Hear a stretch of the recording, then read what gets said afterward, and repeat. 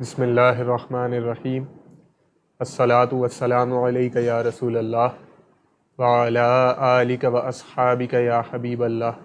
ناظرین و سامعین، السلام علیکم ورحمۃ اللہ وبرکاتہ۔ ایک مرتبہ پھر پیش خدمت ہے سوال و جواب کی نشست بعنوان ہم اور آپ علامہ اکاڑوی کے ساتھ، جس میں آپ اپنے شرعی مسائل کے بارے میں رہنمائی حاصل کر سکیں گے حضرت علامہ مولانا ڈاکٹر کوکب نورانی اکاڑوی صاحب دامت برکاتہم العالیہ سے۔ آپ ایک عرصہ دراز سے دنیا بھر میں مسلک حق کے حقیقی ترجمان کی حیثیت سے خدمات سر انجام دے رہے ہیں۔ آئیے ہم مل کر انہیں خوش آمدید کہتے ہیں۔ السلام علیکم ورحمۃ اللہ وبرکاتہ۔ وعلیکم السلام، اور تمام ناظرین و سامعین کو بھی السلام علیکم ورحمۃ اللہ وبرکاتہ۔ آپ لوگ اپنے سوالات کامنٹ سیکشن کے ذریعے بھیج سکتے ہیں۔ انشاءاللہ ہماری پوری کوشش رہے گی کہ کم سے کم وقت میں زیادہ سے زیادہ سوالات علامہ صاحب تک پہنچائیں۔ اگر آپ کی آئی ڈی اپنے اصل نام کے ساتھ نہیں تو آپ سوال کے ابتدا میں اپنا نام اور اپنے شہر کا نام لکھ کر بھیج دیجئے۔ انشاءاللہ سوال شامل کر لیا جائے گا۔ اسی دوران کہ آپ کے سوالات آنا شروع ہوں، واٹس ایپ اور پیج ان باکس کے ذریعے جو ہفتہ بھر میں سوالات موصول ہوئے ان سے آغاز کریں گے۔ طاہر علاء الدین صاحب کا سوال: کھلے آسمان کے نیچے جوان لڑکی کا سونے کے بارے میں کیا شرعی حکم ہے؟ بسم اللہ والحمد للہ والصلاة والسلام علی رسول اللہ۔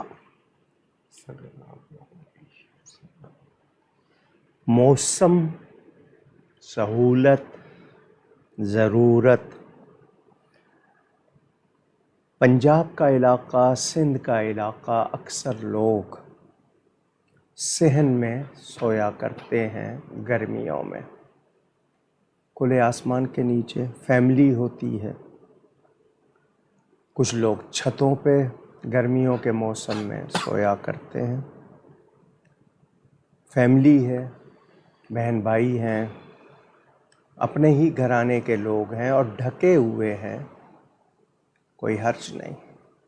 ہاں، تنہا لڑکی ہے یا یہ کہ ایسی جگہ جہاں سے دوسروں کی نظریں پڑتی ہیں، اس قریب میں کوئی عمارت اونچی ہے وہاں سے کوئی دیکھ رہے ہیں، بے پردگی ہو، غیروں کی نظر کا وہ احتمال ہو تو پھر نہیں، ورنہ کھلے آسمان کے صحن میں، اپنے گھر کے صحن میں یا اپنے گھر کی چھت پہ وہ ایسا کوئی خطرہ نہیں ہے، فیملی کے ساتھ سو رہے ہیں سب بہن بھائی وغیرہ، تو وہ کوئی حرج نہیں۔ محمد سلمان صاحب کا سوال کہ کیا ہیئر ٹرانسپلانٹ کروانا جائز ہے؟ یہ اگر آپ کے اپنے بال ہیں اور ان کا لگانے کا طریقہ بھی کوئی ایسا نہیں جس سے کوئی مضر کا مطلب نقصان دینے والے، کوئی اگر ایسے اس میں نہیں ہے تو پھر تو آپ کرا سکتے ہیں، لیکن کسی اور کے یا جعلی بال لگانا وہ درست نہیں۔ امام الدین صاحب کا سوال: مر جانے کے بعد سے لے کر قیامت تک ہم قبر میں رہیں گے، وہ سفر کیسا ہوگا؟ ہر ایک کے اپنے ایمان اور اعمال کے حساب سے ہوگا۔ اسے برزخ کہتے ہیں۔ برزخ کے معنی کرٹن، پردے کے ہیں، یعنی لوگوں کی نگاہوں سے چھپا ہوا۔ ہاں، جن کو اللہ تعالیٰ صلاحیت دے یا جن کے لیے اللہ نے فرمایا کہ ان کی آنکھیں میں بن جاتا ہوں، وہ دیکھتے ہیں، ورنہ برزخ اس کو کہتے ہیں، پردے کا۔ اس میں آپ اگر خاتمہ آپ کا ایمان پر ہوا اور آپ ایمان کے ساتھ دنیا سے گئے تو امید رکھیں کہ وہ بہتری ہوگی، ورنہ اللہ تعالیٰ معاف فرمائے عذاب قبر، کیونکہ قبر کی دو حالتیں ہیں، ایک جنت کے باغوں میں سے ایک باغ یا جہنم کے گڑھوں میں سے ایک گڑھا، کھڈا کہتے ہیں آپ، گڑھا کہتے ہیں، ہول کہہ لیں آپ، تو یہ دونوں کیفیتیں حدیث شریف میں بیان ہوئی ہیں۔ اللہ تعالی ہم سب کا خاتمہ بالخیر فرمائے، ایمان کی آمین سلامتی کے ساتھ دنیا سے جائیں تو آمین۔ انشاءاللہ خیر ہوگی، اور ورنہ پھر ایصال ثواب کرتے ہیں لوگ، اس سے قبر والوں کو فائدہ ہوتا ہے۔ جعفر آباد بلوچستان سے امجد علی چشتی صاحب کا سوال، ہم بچپن سے سنتے آئے ہیں کہ کسی بھی شخص کا ایمان اس وقت تک مکمل نہیں ہوتا جب تک اسے رسول اللہ صلی اللہ علیہ وسلم سے اپنی جان، والدین، بیوی، بچوں، مال و دولت سے زیادہ محبت نہ ہو جائے۔ کیا تکمیل ایمان کے لیے ان شرائط کے علاوہ کوئی اور بھی شرائط ہیں جن سے ایمان مکمل ہوتا ہو؟ حدیث میں بیان ہے کہ اللہ کے لیے کسی سے محبت ہونا، اللہ کے لیے کسی سے دشمنی ہونا، اور اللہ ہی کے لیے کسی کو منع کرنا، اللہ ہی کے لیے کسی کو دینا، یہ بھی ایمان کی تکمیل۔ اس طرح کی روایات ملتی ہیں اور دیگر مضامین بھی ہیں۔ ایک مسلمان کے لیے بہت ضروری ہے کہ وہ اپنے ایمان کی حفاظت کرے اور اللہ تعالیٰ اور اس کے رسول صلی اللہ علیہ وآلہ وسلم کے احکامات، ارشادات کو مانے۔ کسی پر عمل نہیں کر پاتا تو گناہ گار ہے، انکار کرنے کی صورت میں اس کا ایمان نہیں رہتا۔ تو جتنی معلومات ہوں گی اتنا ہی عمل بڑھے گا۔ تو ہم سیکھتے نہیں ہیں، قرآن میں بھی بیان ہے اور احادیث میں بھی۔ تو نبی کریم صلی اللہ علیہ وسلم کی محبت جب سب سے زیادہ، تو پھر اس کے تقاضے بھی پورے کرنے ہیں۔ ساجد پٹیل صاحب کا سوال، کیا غیر مسلم کو قربانی کا گوشت دیا جا سکتا ہے؟ دیکھیں، اس میں ایک تو ہوتے ہیں عیسائی، ہوتے ہیں یہودی، ہوتے ہیں، اور ایک وہ جو مشرک ہوتے ہیں جو بت پرست وغیرہ۔ تو اگر گوشت کھاتا ہے اور قدر کرتا ہے تو دے سکتے ہیں، کیونکہ جس وقت آپ نے جانور جس کی قربانی جائز ہے، وہ حلال جانور ذبح کیا، اس کی وہ رگیں کٹ گئیں، 3-4 رگیں کٹ گئیں، خون بہہ گیا، قربانی ہو گئی۔ اس کو عربی میں احراق الدم کہتے ہیں، خون بہا دیا، قربانی ہو گئی۔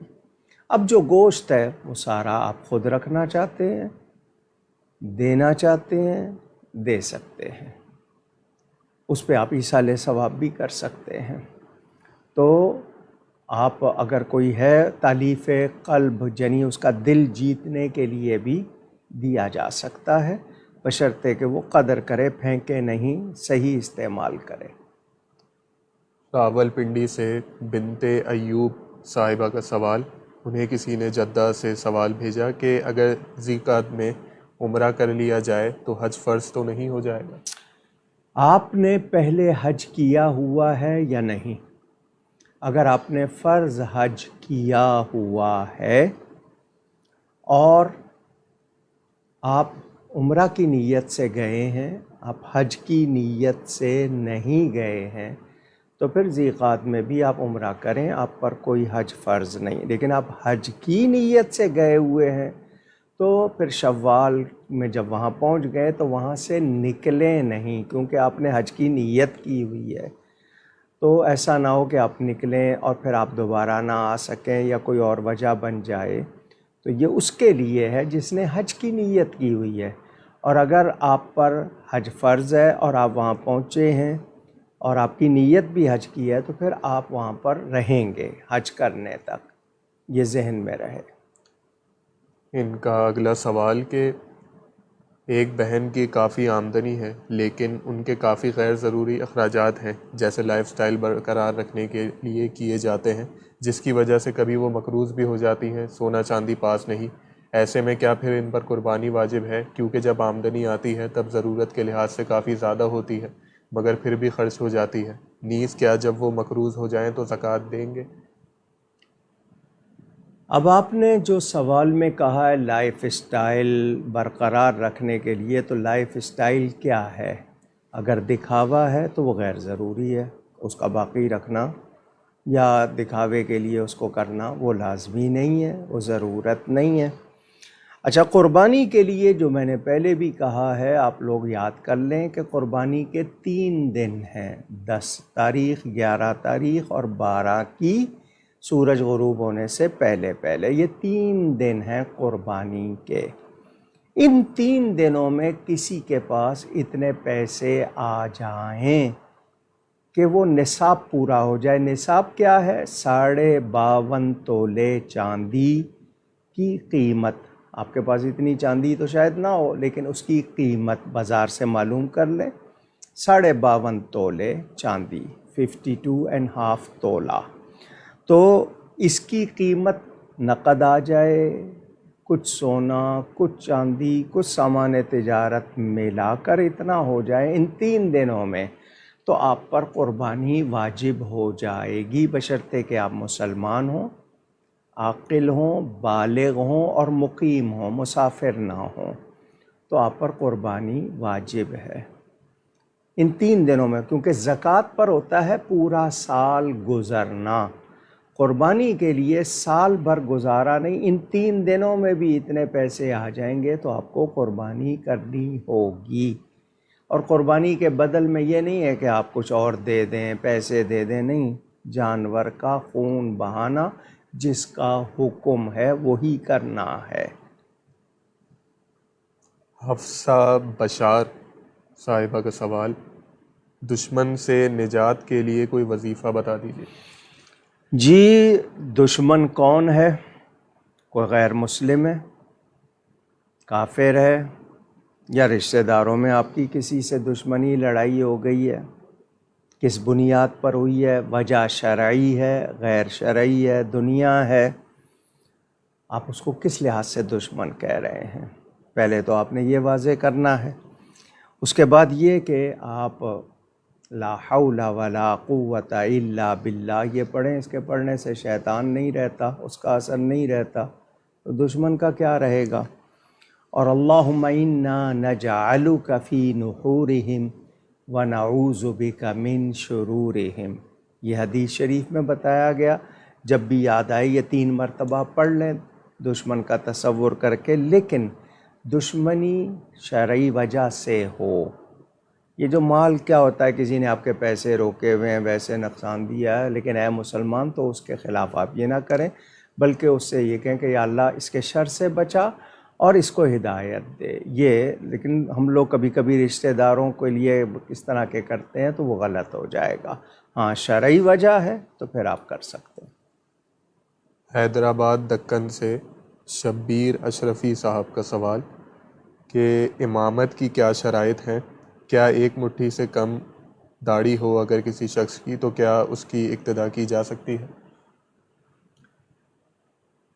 داڑھی رکھنے کے لیے بخاری میں اور دیگر کتابوں میں جو میرے پیارے نبی پاک صلی اللہ علیہ وآلہ وسلم کا ارشاد ہے وہ یہ کہ داڑھیاں بڑھاؤ، مونچھیں ترشواؤ، یعنی مونچھیں چھوٹی کرو اور داڑھیاں بڑھاؤ۔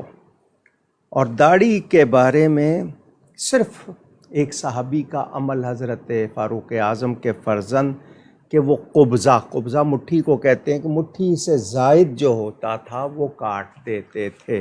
یہاں سے صرف اتنی اجازت پتہ چل گئی کہ قبضہ تو ضروری ہے، اس سے زائد کاٹی جا سکتی ہے، تو جو اس سے کم ہوگی اس کو شرعاً داڑھی شمار نہیں کیا گیا۔ وہ لوگ جو آج یہ کہتے ہیں کہ نہیں چھوٹی سی بھی ہو داڑھی ہے، میں ان سے پوچھنا چاہتا ہوں خود رسول پاک صلی اللہ علیہ وسلم نے کیسی رکھی؟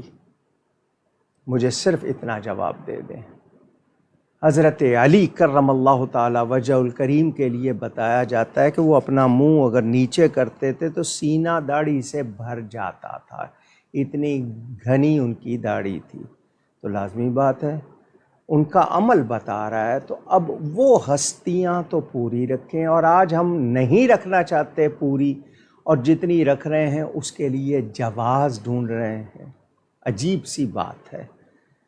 امام اعظم کی کتنی تھی، امام شافعی کی کتنی تھی، امام احمد بن حنبل کی، امام مالک کی، پھر صحابہ کرام کی، اور لا تأخذ بلحیتی ولا براسی، حضرت موسیٰ اور ہارون کا واقعہ علیہم السلام موجود ہے۔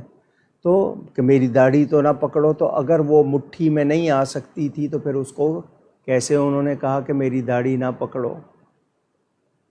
اس سے بھی پتہ چل رہا ہے کہ وہ مٹھی تھی، یعنی قبضہ۔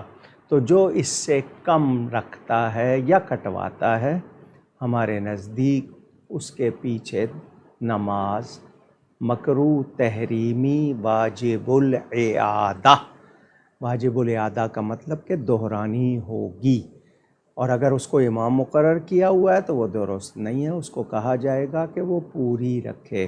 باقی جو نہیں مانتے ہیں وہ جانیں، لیکن اپنے خواہش کو آپ شریعت نہ بنائیں، یعنی اپنی طبیعت کو شریعت نہ بنائیں، شریعت کے حکم کو مانیں۔ جو لوگ اس میں سے نکالتے ہیں، میں ان سے پوچھوں گا کیا 1400 سال میں کسی کی سمجھ میں نہیں آیا یہ جو آج کر رہے ہیں مسئلے؟ ان کو نہیں معلوم تھے؟ آج متجددین نئے پتہ نہیں کہاں سے نکال کے لا رہے ہیں، تو اس کا مطلب 1400 سال امت جو تھی اس کا عمل درست نہیں تھا۔ عجیب سی بات ہے۔ شجاعت شیرانی صاحب کا سوال: شرعی معذور کون ہوتا ہے اور اس کا وضو کب تک برقرار رہتا ہے؟ ایسا مرض ہو، اس کا علاج کرانے کے باوجود وہ درست نہیں ہو رہا، یا جسم میں ایسا نقص ہو کہ وہ اس کی وجہ سے اس کو دشواری، بعض لوگوں کو ایسا مرض ہو جاتا ہے پانی نہیں لگا سکتے، لگائیں تو اس کے لیے بہت زیادہ وہ کرنا پڑتا ہے، یا کوئی ایسا مرض ہے کہ وضو برقرار نہیں رہتا اور وہ خود علاج کے باوجود وہ ٹھیک نہیں ہو رہا، تو اس کو معذور کہیں گے۔ لیکن ایک شخص علاج ہی نہیں کرا رہا، احتیاط ہی نہیں کر رہا، اس کے لیے کوشش بھی نہیں کر رہا، وہ شرعی معذور نہیں کہلائے گا۔ تو آپ دیکھ لیں، خود آپ کا دل گواہی دے دے گا، آپ کے پاس گنجائش ہے، آپ کر سکتے ہیں، تو پھر اپنے آپ کو معذور نہ سمجھیں۔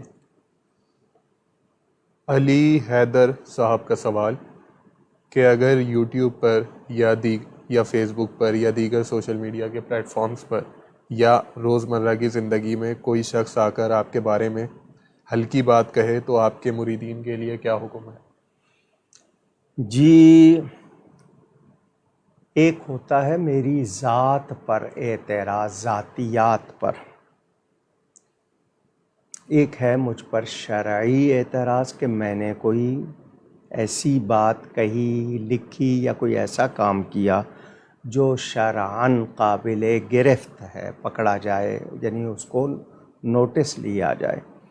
تو اگر کوئی میری ایسی بات بتاتا ہے کہ وہ شرعی طور پر مجھ سے کوئی کوتاہی ہوئی، تو مجھ تک بات پہنچائی جائے، میں درست کروں اس کو۔ اور اگر کوئی محض عناد، دشمنی، بغض، حسد، جیلیسی یا کوئی ایسی بیماری کی وجہ سے میرے بارے میں کر رہا ہے، تو آپ میرے لیے دعائے خیر کریں، اس کے لیے دعائے ہدایت کریں۔ لیکن ہوتا ہے محبت کے، عقیدت کے حوالے سے کچھ لوگ کہتے ہیں کہ نہیں جی، تو ہم اسی کی زبان میں اگر جواب دیں گے تو اس میں اور ہم میں فرق کیا رہ گیا؟ اور پھر اگر وہ مجھے کہہ کے، مجھے برا کہہ کے اتنی دیر کسی مقدس ہستی کو کچھ نہیں کہہ رہا، تو یوں سمجھ لیجئے کہ میری ذات رکاوٹ بن گئی، اتنی دیر اس کو اس بے ادبی اور گستاخی سے روکنے کی، تو یہ تو میرے لیے اعزاز کی بات ہوگی۔ تو میں یہی کہوں گا کہ میں کوئی چیز نہیں ہوں، میری کوئی حیثیت نہیں، کوئی مجھے اگر کچھ کہتا ہے تو ہو سکتا ہے اس کو صرف ایک آدھی کوئی برائی اس کی نظر میں ہو، میری کتنی برائیاں اللہ نے چھپا رکھی ہیں، لوگوں کی نگاہ میں مجھے اس نے عزت دی ہوئی ہے، تو میرے لیے میں نہیں چاہوں گا کوئی کسی کے ساتھ بد زبانی، بد کلامی کرے۔ ہاں پتہ لگ جائے کہ واقعی کوئی دشمنی ہے بدعقیدگی کی وجہ سے، کہ اس کو میرا عقیدہ پسند نہیں ہے، تو اس کو صرف اس کا جواب دیں اس حد تک، لیکن زبان کو آلودہ کرنا، گندا کرنا، میں اگر کوئی میرے مرید ہیں تو میں ان کو اس کی اجازت نہیں دوں گا، اور یہی کہوں گا کہ اس کے لیے دعا کریں ہدایت کی، اللہ اس کو ہدایت دے، اور میرے لیے دعا کریں کہ اللہ تعالیٰ میرے لیے خیر فرمائے، اور میں کیا کہوں۔ ام ہانی صاحبہ کا سوال: کیا پرائم منسٹر ہاؤسنگ اسکیم جائز ہے؟ مجھے اس کی تفصیل بتائی جائے۔ کوئی بھی ہاؤسنگ اسکیم، اگر آج کل تو فائلیں بکتی ہیں، پلاٹ ہوتا نہیں ہے اور ایک شخص کے پاس فائل ہے اور 50 جگہ اس کی سیل ہو رہی ہے، بالکل ناجائز کاروبار ہے، چیز ایگزسٹ نہیں کرتی یعنی ہے نہیں، اور اس کے سودے ہو رہے ہیں، یہ بھی جائز نہیں ہے۔ ہاؤسنگ اسکیم میں اگر کوئی شرطیں ہیں، اگر وہ شرطیں معلوم ہوں تو میں بتا سکوں گا۔ یہ جو جتنے پروگرام ہیں نا، یہ اصل میں یہ ریاست مدینہ کا نام لے کر جو کچھ کیا جا رہا ہے، یہ نام دے کر لوگوں کو بہلاوا دے دیا کہ جی نہیں یہ ریاست مدینہ کی بات کر رہا ہے، تو اس کو تو شاید ریاست مدینہ کی کچھ باتیں معلوم ہی نہیں ہوں گی، دو چار جو اس کے ذہن میں ہیں بالفرض اگر ہیں تو۔ درود شریف صحیح نہیں پڑھا جاتا ہو، خاتم النبیین کا لفظ جس سے ادا نہ ہوتا ہو، جو صحابہ اور اہل بیت اور نبی پاک کے لیے غلط لفظ بول کے توبہ نہ کی ہو جس نے، میں اس کے لیے کیا اچھا گمان کروں اس حوالے سے۔ خام خواہ کسی پہ مجھے بدگمانی نہیں ہے، لیکن کتنے قوانین، ابھی کو تازہ قانون بنایا ہے بزرگوں کے لیے، اس میں دیکھیں شریعت کے احکام کو بالکل انہوں نے پس پشت ڈال دیا۔ پس پشت ڈالنے کا مطلب پیچھے چھوڑ دیا، اپنی خواہشات یا غیروں کی ہدایات پر کام کر رہے ہیں، نہیں معلوم کتنے اور جو آپ کے ہاں ایسے قوانین سود کے لیے آپ کے ہاں، یعنی اخبار میں یہ کہا جائے پنجاب گورنمنٹ کے جناب شراب کی فروخت بڑھائی جائے، یا پاکستان کا صدر کہے علماء سے کہ سود کے لیے کوئی صورت نکالیں، ایسی باتیں اللہ کی پناہ۔ تو میں آپ سے یہی کہوں گا کہ جو بھی اسکیم ہو اس کے بارے میں پوری معلومات کریں۔ یہ جس اسکیم کے بارے میں پوچھا ہے مجھے پوری معلومات نہیں ہے، لیکن اس ملک میں دین کے خلاف بہت ہی تیزی سے کام ہو رہا ہے، اور قادیانی کہلانے والے بہت زیادہ دخل انداز ہیں، کہاں کہاں کن کن اداروں میں کیا کیا کر رہے ہیں، اللہ کی پناہ۔ تو اپنے دین کی حفاظت کے لیے ہم سب کو ایمانی غیرت کی ضرورت ہے۔ اگر ہم غافل ہیں، بے حس ہیں، تو پھر قبر کا اور حشر کا اپنا انجام ذہن میں رکھیے گا۔ ان کا دوسرا سوال کہ انسٹالمنٹ پر گھر خریدنے کا کیا شرعی حکم ہے؟ جی آپ کو اگر یہ ہاؤس فائنانسنگ والے جو ہیں ان کے ہاں تو کھلا سود ہے، قسطوں پر چیز بیچی جا سکتی ہے، لازمی بات ہے نقد کی قیمت کم ہوگی، ادھار کی زیادہ ہوگی، مگر اس کی انسٹالمنٹ کے لیے کوئی بھی ایسی شرط جو اس کو جوا یا سود بناتی ہو پھر جائز نہیں ہوگا، ورنہ قسطوں پر کاروبار جائز ہے بشرطے کہ وہ اس میں کوئی ایسی شرط یا ایسی صورت نہ ہو جو اس کو جوا یا سود بناتی ہو۔ انڈیا سے محمد اکرام شریف صاحب کا سوال کہ ماں، بیٹی اور بیٹا کیا تینوں پیسے ملا کر اکٹھے قربانی کر سکتے ہیں؟ قربانی ایک کی طرف سے ہوتی ہے، ایصال ثواب لاکھوں کو ہو سکتا ہے، آپ نے قربانی کر کے ایصال ثواب لاکھوں کو، قربانی ایک کی طرف سے ہوگی۔ اب ان میں تینوں میں سے واجب کس پر ہے؟ ماں پر ہے، بیٹی پر ہے یا بیٹے پر ہے؟ جس پر واجب ہے اس کو اگر وہ دوسرے پیسے دے رہے ہیں کہ لو تم قربانی کر لو اور تحفے کے طور پر دے رہے ہیں، وہ دے سکتے ہیں، یا وہ اجازت دیں کہ جی مطلب میں کہوں کسی کو کہ میری طرف سے کر دو اور وہ اپنے پیسوں کی کر دے، محبت میں دوستی میں وہ کر سکتا ہے، لیکن ان تینوں کی بات میں یہ ہوگا کہ اگر تینوں میں سے کسی پر قربانی واجب ہے تو اس کی طرف سے ہوگی، اور اگر تینوں پر واجب ہے تو مل کر تینوں کی طرف سے نہیں ہو سکتی، ایک قربانی ایک کی طرف سے ہوگی، ایک حصہ جو ہے وہ ایک کی طرف سے ہوگا۔ اگلا سوال ایبٹ آباد سے محمد نصیر احمد صاحب کا کہ مقتدی کا امام کے پیچھے فاتحہ پڑھنا کیسا ہے؟ ہم احناف کہلاتے ہیں، احناف، حنفی مقلد، سنی حنفی، امام اعظم ابو حنیفہ رضی اللہ تعالیٰ عنہ کے ہم مقلد ہیں، فقہ حنفی پر، مذہب حنفی پر عمل کرنے والے۔ ہمارے امام اعظم کے سامنے دونوں حدیثیں دونوں طرح کی، اور انہوں نے اس کے ساتھ باقاعدہ زمانہ دیکھا کون سا حکم پہلے کون سا بعد میں، کیونکہ حدیث میں آتا ہے کہ فاتحہ کے بغیر نماز نہیں ہوتی ہے، تو امام کا پڑھنا مقتدی کا ہی پڑھنا ہے۔ تو ہم امام کے ساتھ جب نماز پڑھتے ہیں تو سورہ فاتحہ نہیں پڑھتے، کیونکہ امام کا پڑھنا مقتدی کا پڑھنا، اور اس پر بھی احادیث موجود ہیں۔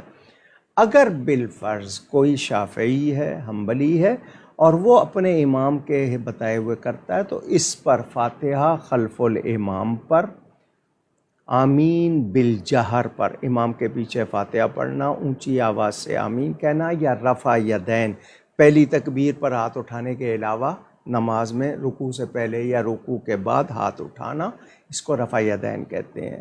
ان پر ہمارا اختلاف نہیں ہے، ہمارا اختلاف غیر مقلدین سے عقائد پر ہے، ذہن میں رہے۔ تو اگر کوئی مقلد ہے، شافعی ہے، وہ رفع یدین کرتا ہے، یا کوئی فاتحہ خلف الامام، تو اس پر اختلاف نہیں ہے۔ لیکن ہم حنفی ہیں، ہم اپنے امام کے بتائے ہوئے طریقے پر، کیونکہ انہوں نے اپنی طرف سے کچھ نہیں کہا، قرآن و حدیث کو سامنے رکھ کر ہی بتایا ہے۔ مزید تفصیل پڑھنی ہو تو میرے والد صاحب کی کتاب انوار رسالت پڑھ لیجئے گا۔ کنیز فاطمہ صاحبہ کے سوال، ان کا پہلا سوال کہ ایک جگہ قربانی کا حصہ ڈالنے کے لیے گئے مسجد میں، تو انہوں نے کہا کہ اگر گوشت لیں گے آپ تو 12,000 کا ہوگا، اور اگر نہیں لیں گے تو 10,000 کا ہوگا، تو کیا ان شرائط کے ساتھ اگر اب حصہ ڈالیں تو قربانی ہو جائے گی؟ اصل میں گوشت کی نیت سے تو قربانی ہوتی نہیں ہے، قربانی خالص اللہ کا قرب حاصل کرنے کے لیے اس کے حکم کے سامنے سر جھکا دینا، اس پر عمل کرنا، گوشت کی نیت سے تو قربانی ہوتی نہیں ہے۔ لوگوں نے آج کل یہ رکھا ہوا ہے کہ قربانی کے جانور خریدتے ہیں، اجتماعی قربانی، کمبائنڈ سیکریفائس جس کو کہتے ہیں لوگ، سہولت کسی کے پاس جانور باندھنے کی سہولت نہیں، کسی کے پاس اس کی نگرانی کی سہولت نہیں، کوئی ان کی حفاظت نہیں کر سکتا، جانور چوری ہو جاتے ہیں، تو لوگ اجتماعی قربانی کرتے ہیں۔ تو اب جانور جس نے خریدنا ہے جو اجتماعی قربانی کے لیے، وہ لازمی بات ہے گائے 2 سال کی ہونی چاہیے، 2 سال سے کم کی ہو تو قربانی نہیں ہوگی۔ تو جب گوشت صرف بانٹنا ہے، قربانی آپ کہیں گے حصہ، تو اس کے بعد وہ غریبوں میں بانٹتے ہیں، تو اس کے لیے شاید وہ بڑا جانور، زیادہ صحت والا، زیادہ وزن والا نہیں لیتے۔ اور جب آپ کو یہ کہ گوشت دینا ہے تو وہ صحت مند جانور ہوتا ہے، اس لحاظ سے یہ پیسوں کا فرق ہوتا ہے۔ تو اس پر کوئی آمدنی کا تصور نہیں ہے کہ جی اس سے کچھ کمایا جائے، کیونکہ وہ تو جائز نہیں ہوگا۔ تو اس لحاظ سے وہ کہہ دیتے ہیں کہ جو گوشت بانٹنا ہے تو وہ شاید جانور جو ہے وہ تھوڑا سا کم وزن والا ہوگا، اور جو لوگ گوشت لیں گے وہ ذرا زیادہ وزن والا ہوگا، اس لیے وہ اس جانور کی قیمت کی وجہ سے فرق آ جاتا ہے۔ ان کا اگلا سوال کہ اگر کوئی کسی لا علاج مرض میں مبتلا ہو، ڈاکٹر سے بھی علاج کروا لیا، نماز، روحانی علاج وغیرہ سب کروا لیا، مگر فرق نہ پڑ رہا ہو، تو اس کی کیا وجوہات ہو سکتی ہیں؟ نیز اگر کوئی دعا ہو تو وہ بھی بتا دیجیے۔ حدیث شریف بتاتی ہے لکل داء دواء، اللہ تعالیٰ نے ہر مرض کی دوا بنائی ہے۔ جب میرے رب نے بنائی ہے تو میرا ایمان ہونا چاہیے، میں اس دوا تک پہنچوں، وہ دوا مجھ پر اثر کرے، یہ سب اللہ تعالیٰ کی عطا۔ اس کی عطا کے بغیر مجھ پر کوئی فائدہ نہیں کرے گی کوئی یعنی ایک پین کلر ہے جس کو درد کاٹنے والی دوا، اللہ تعالیٰ اس کا اثر کھینچ لے، میں بھلے 50 گولیاں کھا لوں، اثر نہیں کریں گی، اللہ چاہے گا ایک ہی ٹیبلٹ، ایک گولی اثر کر جائے گی۔ تو کبھی کبھی ہم کچھ جانبی مرض بن کے لگ جاتے ہیں، کچھ اور ایسی ہم صحیح دوا تک نہیں پہنچ پاتے یا صحیح طریقہ اختیار نہیں کرتے، اور کبھی کبھی ہمارے یقین کا بھی اس میں دخل ہے، کیونکہ ہمارا یقین نہیں ہوتا۔ مثلا میں کلمہ پڑھ رہا ہوں، میں کلمہ پڑھوں، کلمے میں کتنی برکت ہے، اس کے پڑھنے سے کفر نہیں رہتا تو بیماری کہاں سے رہ جائے گی؟ مگر میرا یقین شاید اتنا پختہ نہیں ہے، یا میں اس کے صحیح اثر کو، پھر میرا منہ پاک ہے یا نہیں، اس میں اثر ہے یا نہیں، تو مایوس تو خیر میں نہیں کروں گا آپ کو، اور ہونا بھی نہیں چاہیے۔ اب یہ ہے کہ آپ کثرت سے استغفار کریں، اور آیات شفا بتائی گئی، دعائے شفا بتائی گئی، درود شفا، میری کتاب اوراد مشائخ میں یہ تینوں میں نے لکھ بھی دیے لوگوں کی سہولت کے لیے، تو وہ پڑھیں اور اللہ تعالیٰ سے کہیں، اگر شفا اللہ نے دینی ہے من جانب اللہ ہوتی ہے تو اللہ تعالیٰ دے گا، کسی بھی چیز سے ہو سکتی ہے۔ تو یہ نہ کہیں کہ لا علاج، ہاں ڈاکٹروں کے نزدیک لا علاج ہے، اللہ کے نزدیک تو نہیں، وہ شفا دینا چاہے تو موت کے منہ سے بھی نکال لائے گا، اور نہیں اگر اس کے پاس ہماری زندگی نہیں ہے تو چھوٹی سی تکلیف سے بھی ہمارا وہ مسئلہ بن سکتا ہے۔ تو یقین رکھیں اللہ پر اور اپنی کوشش جاری رکھیں، درود شفا اور استغفار بہت زیادہ کریں۔ ان کا اگلا سوال کہ درود پاک پڑھتے وقت اگر یہ نیت دل میں ہو کہ اس وقت اللہ عز و جل اور ملائکہ بھی نبی پاک صلی اللہ علیہ وسلم پر درود بھیج رہے ہوں گے، تو اللہ عز و جل ہمیں بھی اس پاک محفل کی برکتیں عطا فرمائیں، تو کیا یہ نیت کرنا درست ہوگا؟ اللہ تعالیٰ اور اس کے فرشتے بھیجتے ہیں دوام و استمرار، کیونکہ یصلون اس میں موجود ہے، اس کے لفظ میں وہ موجود ہے کہ ہمیشہ ہمیشہ۔ اللہ کا بھیجنا اللہ کی شان کے لائق ہے، فرشتوں کا بھیجنا ان کو اللہ تعالیٰ نے جو شان دی ہے اس کے مطابق، تو میرا بھیجنا میری طرف سے ہے، میں اسی پر خوش ہو جاؤں کہ اللہ نے مجھے اس کی توفیق دی ہے، مجھے اس کی اجازت دی ہے، مجھ پر یہ مہربانی کی ہے، تو اس نیت سے بھیجیں اللہ کی رضا کے لیے، نبی پاک کی خوشنودی کے لیے۔ اتنا محفل کا وہ تصور کو بھیج رہے ہوں گے اللہ تعالیٰ کے بارے میں اس طرح جو آپ سوچنا چاہ رہے ہیں، جو میری سمجھ میں آ رہا ہے وہ نہیں، بلکہ یہ کہ اللہ کی عطا ہے کہ میں بھیج رہا ہوں، اس طرح بھیجیں۔ عاطف عبد الرحمن صاحب کا سوال، دین میں کوئی جبر نہیں، اس سے کیا مراد ہے اور اس کا کیا مفہوم ہے؟ پہلا مفہوم یہ ہے کہ کسی کو زبردستی مسلمان نہیں کیا جا سکتا۔ آپ کسی کو بندوق رکھ کے کہیں گے مسلمان ہو جا ورنہ مار دوں گا، یہ والا وہ نہیں ہے، زبردستی مسلمان کرنا نہیں ہے، پیغام دیں گے۔ ہاں وہ جو جہاد کا حکم ہے وہ دوسرا ہے، لیکن میں انفرادی طور پر، ایک تو یہ بات ہو گئی۔ دوسری بات یہ کہ ہم احکام الہی کے پابند ہیں، احکام نبوی کے پابند ہیں۔ میں نماز کے لیے کہوں گا، اب پہلے وہ اور بات تھی کہ جناب سزائیں دی جاتی تھیں، من ترک الصلاۃ متعمدا فقد کفر، کہ جو جان بوجھ کر نماز چھوڑے وہ کفر کرتا ہے، اس کے لیے سزا اس وقت۔ اب وہ دین کا جو اس وقت ہے کہ ضعف آ چکا، یعنی کمزوری آ گئی لوگوں میں، تو اس کمزوری کی وجہ سے احکام میں وہ والی بات نہیں ہے کہ اس کو قتل کر دیا جائے گا جو نماز نہیں پڑھتا، لیکن آپ کے سامنے ہے کچھ ہم لوگوں کی کمزوریاں، تو اگر ہم پیغام پہنچائیں گے لیکن کچھ احکام ایسے ہیں کہ اس کے لیے ہم اس پر جبر نہیں کریں گے، لیکن جو احکام لازم ہے وہ لازم ہوں گے۔ تو اصل مراد جو ہے وہ یہی کہ زبردستی کسی کو مسلمان نہیں کیا جا سکتا۔ لاس اینجلس سے سمینہ راوڈا صاحبہ کا سوال کہ کچھ لوگ نماز کے بعد مصلی کا کونا موڑ دیتے ہیں، اس کی کیا حقیقت ہے؟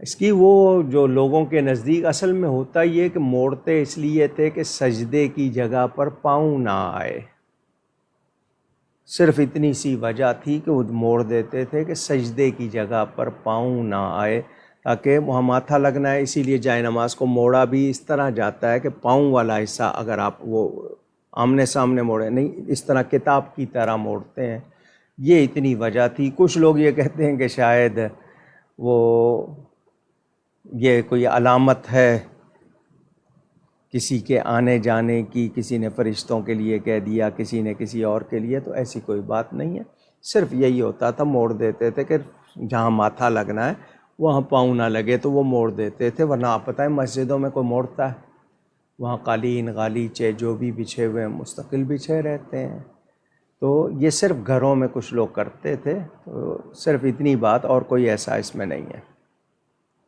ان کا دوسرا سوال کہ کچھ لوگ آیت الکرسی پڑھتے وقت اپنا ہاتھ سر پر رکھتے ہیں، یہ طریقہ کیا صحیح ہے؟ کوئی حرج نہیں ہے اس میں، وہ صرف یہ کہ قیامت کے دن میرے لیے سایہ بنے، تو وہ سر پر رکھ لیتے ہیں یا ماتھے پہ رکھ لیتے ہیں، اس کے بارے میں ملتا ہے، ذکر ملتا ہے، تو کوئی اس کے بغیر پڑھے یا اس طرح پڑھے، کوئی حرج نہیں۔ طیب علی صاحب کا سوال، کسی کو ہنسانے کی نیت سے مذاق میں جھوٹ بولنا کیسا ہے؟ اجازت نہیں ہے شرعاً، بلکہ وہ کہ جو جھوٹ بولے صرف ہنسانے کے لیے بھی ہو، اس کے لیے بھی سخت الفاظ آئے ہوئے ہیں روایتوں میں، تو آپ کا جھوٹ ایسا ہو جو ہو مطلب واقعی جھوٹ ہے، تو پھر اس کی گنجائش کہاں سے نکلے گی۔ بلال میمن صاحب کا سوال، خلا کے بعد رجوع کا حق کب تک رہتا ہے؟ خلا کی صورتحال کیا ہے، آپ نے کورٹ سے لیا ہے، قاضی سے لیا ہے، اس کے بعد اس نے شوہر نے کیا سائن کیے ہیں، کوئی الفاظ کہے ہیں، اس کی پوری تفصیل چاہیے۔ آج کل جو کورٹ سے خلا ہوتا ہے، کچھ مفتیان کرام اس کو مانتے ہیں، میں نہیں مانتا، کیونکہ مجھے معلوم ہے وہ فسخ نکاح تو ہو جائے گا، لیکن یہ کہ وہ سمن پوری طرح پہنچائے نہیں جاتے، بیلف کو پیسے دے دیتے ہیں، وہ کہہ دیتا ہے پہنچا دیے اور پہنچے نہیں ہیں، اگلے کی اطلاع میں ہی نہیں آئے، اس کو خبر تک نہیں ہے، اس کو بتایا نہیں، اس کا بیان نہیں لیا گیا۔ ہاں کو شرعی تقاضوں کے مطابق پورا ہوا ہے خلا، تو اب یہ ہے کہ وہ خلا اگر ہو گیا، نکاح ٹوٹ گیا، شرعی قاضی نے کہہ دیا ہے، تو اس میں وہ طلاق شوہر نے سائن کر دیا یا زبان سے کہہ دیا، تو عدت کے بعد لڑکی جو ہے وہ فارغ ہے۔ محمد احمد صاحب کا سوال کہ کیا حدیث کی کسی کتاب میں یہ واقعہ موجود ہے کہ حضرت ابو بکر الصدیق رضی اللہ تعالی عنہ کی تدفین کے وقت نبی پاک صلی اللہ علیہ وسلم کی قبر مبارک سے آواز آئی تھی کہ دوست کو دوست سے ملا دو؟ کچھ لوگ اس واقعے کا سرے سے انکار کرتے ہیں، رہنمائی فرما دیجیے۔ امام رازی، امام فخر الدین رازی 606 ہجری ان کا سن وفات، بہت بڑے امام ہیں، تفسیر لکھی ہے انہوں نے، تفسیر کبیر، انہوں نے یہ بات لکھی ہے، اس کے علاوہ اور بھی کتابوں میں ہے، اور مشہور روایت ہے، اور تواتر تک میرے خیال پہنچی ہوئی ہے، تو جو نہیں مانتا ہم اس سے زبردستی تو نہیں منواتے، لیکن سیدنا صدیق اکبر کا یہ بیان کہ جب میرا جنازہ پڑھا چکو تو مجھے حضور صلی اللہ علیہ وسلم کے حجرہ شریف کے پاس رکھ دینا اور حضور سے عرض کرنا، تو یہ تمام واقعہ موجود ہے۔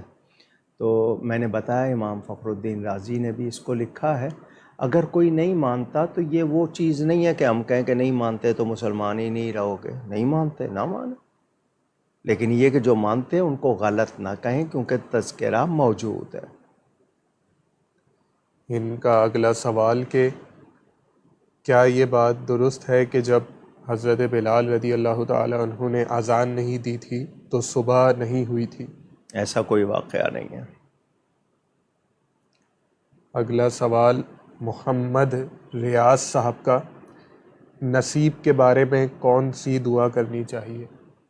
نصیب حصے کو، میرے حصے میں کیا ہے، جس کو آپ قسمت بھی کہتے ہیں، ہمیشہ دعا کریں یا اللہ مجھے اچھے حال، یہ جو ربنا آتنا فی الدنیا حسنہ وفی الآخرۃ حسنہ، بہترین دعا ہے، عافیت کی دعا، جو اللہم انا نسألک العفو والعافیہ والمعافاۃ الدائمۃ فی الدین والدنیا والآخرہ، اور احسن حال کے لیے بھی دعا موجود ہے، مجھے یا اللہ ہر برے حال سے بچا اور اچھے حال میں رکھ اور آنے والا بھی اچھا کر۔ تو اس طرح متعدد دعائیں نبی کریم صلی اللہ علیہ وسلم سے ہمیں پہنچی ہیں، وہ اگر آپ کو یاد ہوں، اکثر مسنون دعاؤں میں ان کا تذکرہ ہے، آج تو ترجمے کے ساتھ بھی مل جاتی ہیں۔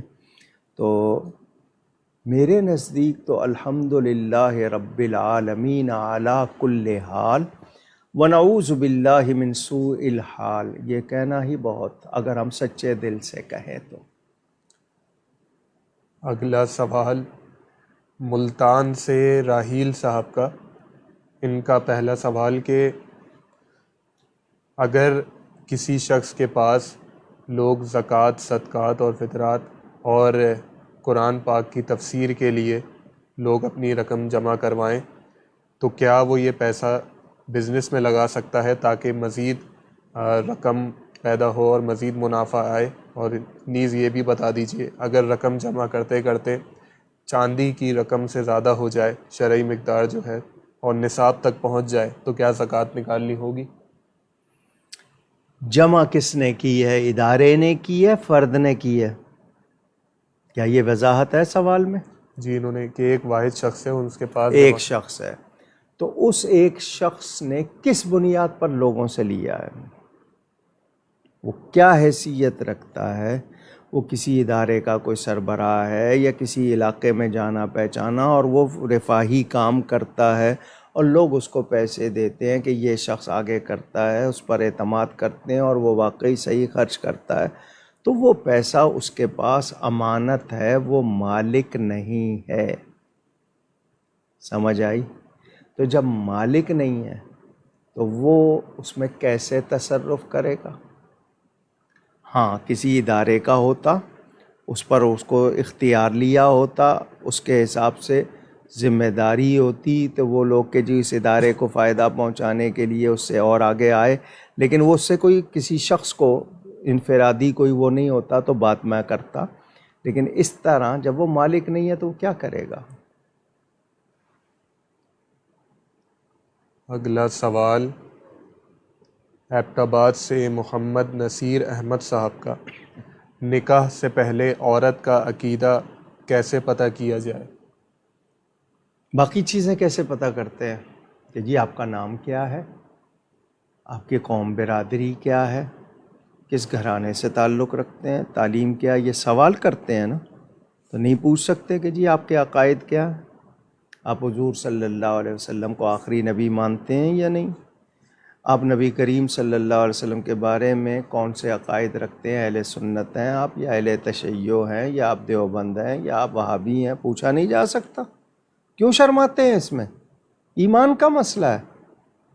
باقی سوال بڑے آرام سے ہو رہے ہیں کہ کتنی تنخواہ ہے یا کیا کرتے ہیں، ہابیز کیا ہیں، شوق کیا ہیں آپ کے، وہ تو سارے سوال ہو جائیں، اور ایمان کا اہم سوال کرتے ہوئے آپ کو شرم آئے، جھجک آئے، سب سے پہلے سوال ہی یہ کریں آپ کہ جی عقائد کے لحاظ سے آپ کون ہیں۔ باقی یہ کہ جی بہت سی چیزیں اگر آپ ڈائریکٹ نہیں پوچھنا چاہتے اور معلوم کرنا چاہتے ہیں، ان کے جو رشتہ دار ہوں ارد گرد ان سے پوچھ لیں، اگر آپ اس طرح نہیں، لیکن یہ کہ خود تسلی کرنی چاہیے۔ اور میں تو کہوں گا آج کل ہر نکاح پڑھاتے ہوئے، ہر رشتہ قائم کرتے ہوئے سب سے پہلے پوچھا کریں نبی پاک صلی اللہ علیہ وسلم کو آخری نبی مانتے ہیں یا نہیں، سب سے پہلے ختم نبوت کا کنفرم۔ دوسری بات، نبی پاک صلی اللہ علیہ وسلم کے بارے میں آپ بتا دیں کہ فلاں فلاں قسم کے خیالات تو نہیں رکھتے جو جن لوگوں کے یہ خیالات ہیں، اور کہیں گستاخ صحابہ یا گستاخ اہل بیت یا گستاخ اولیاء تو نہ ہو، کوئی آپ اس چیز کو کنفرم کریں۔ محمد علی صاحب کا سوال کہ ماں باپ کی مرضی کے خلاف نکاح کرنے کو باطل کہا گیا ہے، اس بارے میں وضاحت کر دیجئے، اور باطل کا مطلب کیا ہے؟ وہ جو پہلا سوال تھا نا، اس میں یہ بھی کہوں گا کہ اگر آپ پوچھنا نہیں چاہتے تو آپ خود بتا دیں کہ جی ہمارے یہ عقائد ہیں، ہم یہ ہیں، ہم اہل سنت و جماعت ہیں، سنی بریلوی ہیں، تو آپ خود بتا دیں۔ وہ اگلے بھی آپ کو کہہ دیں گے جی ہم ہیں یا نہیں ہیں۔ اگر آپ پوچھنا نہیں ہے تو یہ طریقہ بھی ہو سکتا ہے۔ ولی جو سربراہ ہو، جو مالک ہو ظاہری طور پر، یا جس کی آپ کفالت میں ہے یا اولاد ہے، اس کے بغیر نکاح کرنا، کیا مطلب کہ اس کی خوشی، رضامندی، اجازت نہ لینا، خاص طور پر لڑکی کے لیے مسئلہ ہے تو اس کا ولی اجازت ہونی چاہیے، یہ مراد ہے۔ اگر اس نے نکاح کہیں کر لیا تو وہ نکاح باطل ہونے کا مطلب یہ ہے کہ وہ صحیح طرح قائم نہیں ہوا۔ کچھ لوگوں کے نزدیک یہ ہے، کچھ یہ کہتے ہیں کہ اس میں برکت نہیں رہی، وہ بظاہر تو ہو گیا لیکن برکت سے خالی۔ تو باطل سے مراد تو یہی ہوتا ہے کہ وہ صحیح نہیں ہے۔ باقی اس بارے میں بہت زیادہ وضاحت کی گئی ہے فتاویٰ کی کتابوں میں۔ آپ بہار شریعت میں اگر کتاب النکاح وہ پڑھ لیں تو بہت ساری تفصیل آپ کے سامنے آ جائے گی۔ بشرا ارشد صاحبہ کا سوال کہ وہ پرفیومز جن میں الکحل ہو، وہ پرفیوم لگا کر وضو اور نماز کا کیا حکم ہوگا؟ یہ جب کرونا شروع ہوا تھا نا تو سینیٹائزر کے لیے بھی یہ مسئلے پوچھے گئے تھے، کیونکہ سینیٹائزر بھی بغیر الکحل کے نہیں بنتا۔ الکحل کس کس چیز سے بنتا ہے یہ بھی ایک سوال ہے۔ آج کل کیمیکلز سے بھی بنایا جاتا ہے، اس سے پہلے وہ حرام چیزوں سے بنتا تھا۔ اب الکحل پرفیوم میں ہے اور اس پہ پرسنٹیج لکھی ہوئی ہے، اور وہ پرسنٹیج اگر صحیح لکھی ہوئی ہے، کیونکہ ہمارے ہاں تو شربت کی بوتل پہ لکھا ہوتا ہے کہ وٹامن سے بھرپور، اس وٹامنس کا لفظ جو ہے نا اس کا مطلب زہر سے بھرپور۔ وہ وٹامنس تو ہوتے نہیں ہیں لیکن لکھ دیا جاتا ہے۔ باہر یہی شربت اگر آپ دوسرے ملک جا کے لیں تو وہاں نہیں لکھا ہوگا، کیونکہ ان کے ہاں یہ کہ جو چیز ہے وہی لکھنی ہے، معیار ہے، اسٹینڈرڈ ہے۔ ہمارے ہاں مسلمان ہے، پرواہ نہیں ہے، ریاست مدینہ نام رکھا ہوا ہے نا، سب چلتا ہے۔ تو ذہن میں رہے کہ ایک بڑا ڈرم بنایا گیا، مثلاً اس میں 100 لیٹر، اس میں انہوں نے جو پرسنٹیج ڈالی ہے وہ لکھی ہے، تو آپ کے پاس جو بوتل آئی ہے اس میں تو وہ برائے نام رہ گئی اور وہ اڑ جاتی ہے، اور آپ بدن پہ نہیں لگاتے، کپڑوں پہ لگاتے ہیں، وہ اڑ جاتی ہے، لیکن آپ کے جسم پہ لگی ہے اور اس میں وہ چیز باقی ہے جس کو ہم نجس کہہ سکیں، ناپاک کہہ سکیں، تو جب تک اس کو صاف نہیں کریں گے وضو نہیں ہوگا، بشرطے کہ وہ اگر ہے تو۔ اب یہ جو اڑ جانے والی چیز ہے، اب سینیٹائزر ہے، اس میں الکحل ہوتا ہے، آپ ہاتھوں میں لیتے ہیں، مل لیتے ہیں، اور آپ اس میں سب کچھ کھا بھی رہے ہیں، سب کچھ کر رہے ہیں، کیونکہ وہ اڑ جاتی ہے، چیز رہتی نہیں ہے لگی ہوئی۔ تو یاد رہے کہ کوئی نجس چیز اگر لگی ہو بدن پہ پوری طرح، آپ کی جلد پر اس کا اثر موجود ہے، تو پھر اس کو دور کرنا ضروری ہوگا، اور اگر وہ اڑ چکی ہے تو پھر آپ کے لیے اس میں اجازت ہوگی۔ اور 8% تک آپ کی یہ جو ہومیوپیتھ ہے ان دواؤں میں ہوتی ہے۔ اب جتنی کولڈ ڈرنکس پیتے ہیں، بیوریجز فلانا، میں نام نہیں لوں گا، کہیں وہ کہیں گے مجھے کوئی کمیشن تو نہیں دیا انہوں نے، یہ سارے آپ کی آنتوں کو بھی نقصان دیتے، ان سب میں الکحل کے بغیر خوشبو آتی نہیں ہے۔ وہ جتنی بھی آپ پی رہے ہیں وہ سب کی سب ان میں بھی الکحل ہے، وہ کتنی پرسنٹیج ہے وہ اصل مسئلہ الگ ہے۔ تو ہم لوگوں نے یہ مصنوعی چیزیں، آرٹیفیشل، ان کو اپنا لیا۔ اب رنگ ہیں، کلرز خالص زہر ہوتے ہیں، بچوں کی کینڈی میں بھی ہیں، آپ کے جناب شربت کی بوتلیں بھری ہوئی ہیں، رنگ کہاں سے؟ آپ نے کوئی فوڈ کلر تو بنائے نہیں ہے، اور جتنے کلر ہوتے ہیں وہ سارے زہر ہوتے ہیں، کیمیکل ہوتے ہیں، آپ سب کھا بھی رہے ہیں، پی بھی رہے ہیں، بلکہ یہ کہ ہلدی کو لگایا جاتا ہے جی، مرچوں میں آپ کے مکسنگ ہوتی ہے، کیا کچھ نہیں ہوتا۔ مسلمان آج کیا کچھ نہیں کر رہے، اللہ کی پناہ۔ تو واضح رہے کوئی بھی نجس چیز ہوگی اور اگر اس کا اثر موجود ہے تو وہ دھونا دور کرنا ضروری ہوگا. اور یہ جو ہے اس طرح اڑ جاتے ہیں، لیکن خالص عطر موجود ہیں وہ لگایا کریں آپ. حسین شیخ صاحب کا سوال، بیماری رحمت الہی ہے یا پھر سزا؟ جی، وَإِذَا مَرِضْتُ فَهُوَ يَشْفِينِ. اور قرآن، بعض بیماریاں جو ہوتی ہیں آپ کے گناہوں کا کفارہ بنتی ہیں، بعض ہمارے درجے بڑھاتی ہیں، بعض امتحان ہوتی ہیں، بعض وارننگ ہوتی ہیں. تو میں کسی ایک کے بارے میں نہیں کہوں گا، تاہم اللہ تعالی ہمیں ہر موذی مرض سے اور ایسے مرض سے جس سے محتاجی آتی ہو، اللہ کی عبادت میں رکاوٹ بنتا ہو، اللہ تعالیٰ اس سے بچائے. آمین. تو مرض کے لیے میں نہیں کہ فلاں کا کیا مرض ہے، تو اس کی میں نے جو مختلف صورتیں ہیں وہ آپ کو بتائی. اگلا سوال ثنا احمد صاحبہ کا، کیا قضا نماز پڑھنے کے لیے سنت مؤکدہ چھوڑی جا سکتی ہے؟ سنت مؤکدہ چھوڑنے کا مطلب یہ کہ سنت مؤکدہ نہ پڑھے اور قضا پڑھ لے، یہی مراد ہے نا ان کی. تو ایسا نہ کریں، سنت غیر مؤکدہ اور نفل کی جگہ آپ قضا پڑھیں، کیونکہ سنت مؤکدہ بغیر وجہ کے نہیں چھوڑی جا سکتی. کوئی ایسی وجہ ہے تو، ورنہ نہیں چھوڑی جا سکتی. آفتاب عالم انصاری صاحب کا سوال، باطل فرقوں سے بحث کریں یا پھر خاموش رہیں؟ بحث، ڈیبیٹ، کنورزیشن، تبادلہ خیال، مناظرہ وغیرہ وغیرہ. یاد رہے، حق واضح کرنا ہو یا دوسرے تک حق پہنچانا ہو، ثابت کرنا اس کو بتانے کے لیے، اور آپ کو پوری صحیح معلومات ہیں، اور مقصد آپ کا دوسرے کو نیچا دکھانا نہیں ہے، بلکہ یہ کہ احقاق حق یعنی حق کو حق ثابت کرنا ہے اور باطل کو باطل ثابت کرنا ہے. تو آپ گفتگو کریں، ورنہ وقت کا ضیاع. کیونکہ آپ کس سے بات کر رہے ہیں، آپ کی پوری معلومات نہیں ہے یا اس کی معلومات نہیں ہے، گفتگو میں کوئی غلط کلمے نکل سکتے ہیں، بات بڑھ سکتی ہے.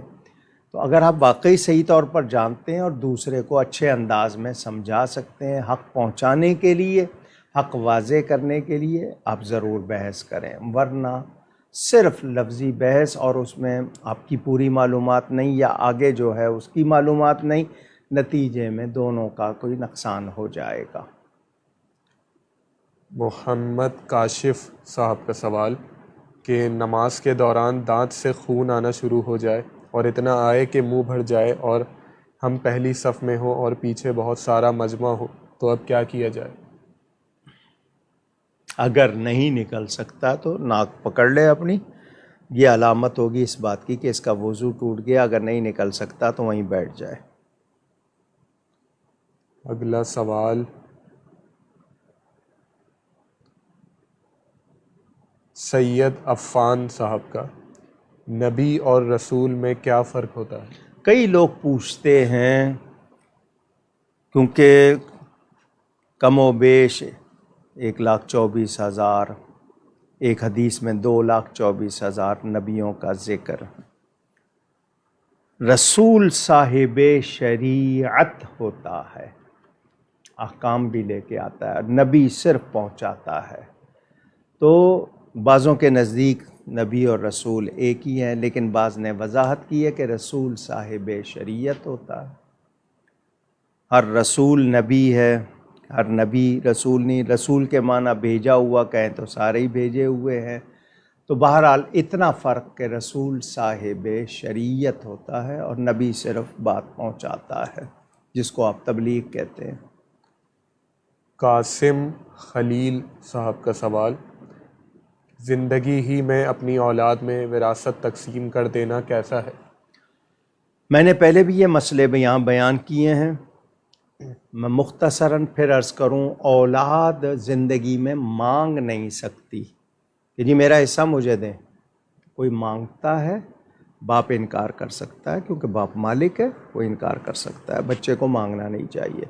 لیکن بچہ چاہ رہا ہے کاروبار کرے، وہ باپ کی خدمت بھی کر رہا ہے، صحیح ہے، اور باپ چاہتا ہے کہ ٹھیک ہے جی میں اس کو اپنی زندگی میں ہی اس قابل بنا دوں کہ یہ اپنا کاروبار کر لے۔ تو زندگی میں اگر آپ دیں گے تو بیٹے بیٹیوں کو برابر دیں گے، زندگی میں دیں گے تو یہ نہیں کہ لڑکے کو زیادہ دے رہے ہیں لڑکی کو کم۔ او جی بڑا لڑکا جو ہے نا اس نے زیادہ عرصہ کام کیا ہے تو فائدہ بھی تو زیادہ عرصہ اٹھایا ہے نا، اس کو اتنا عرصہ کھانے پینے کو موقع زیادہ ملا، دوسری سہولتیں زیادہ ملی، وہ کیوں نہیں شمار ہو رہی؟ صرف اس کا کام۔ تو اس طرح بچوں میں پھر ذہنی طور پر فاصلے آتے ہیں، لوگ انصاف نہیں کرتے ہیں، اور بہنوں کو نہیں دینا، بیٹیوں کو نہیں، تمہیں شادی کر دی بجی تو دے دیا۔ تو آپ کیا سمجھتے ہیں؟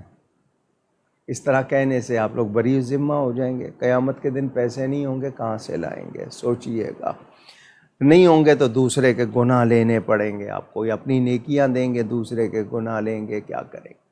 تو اگر زندگی میں دیں گے تو آپ برابر دیں گے، دے سکتے ہیں۔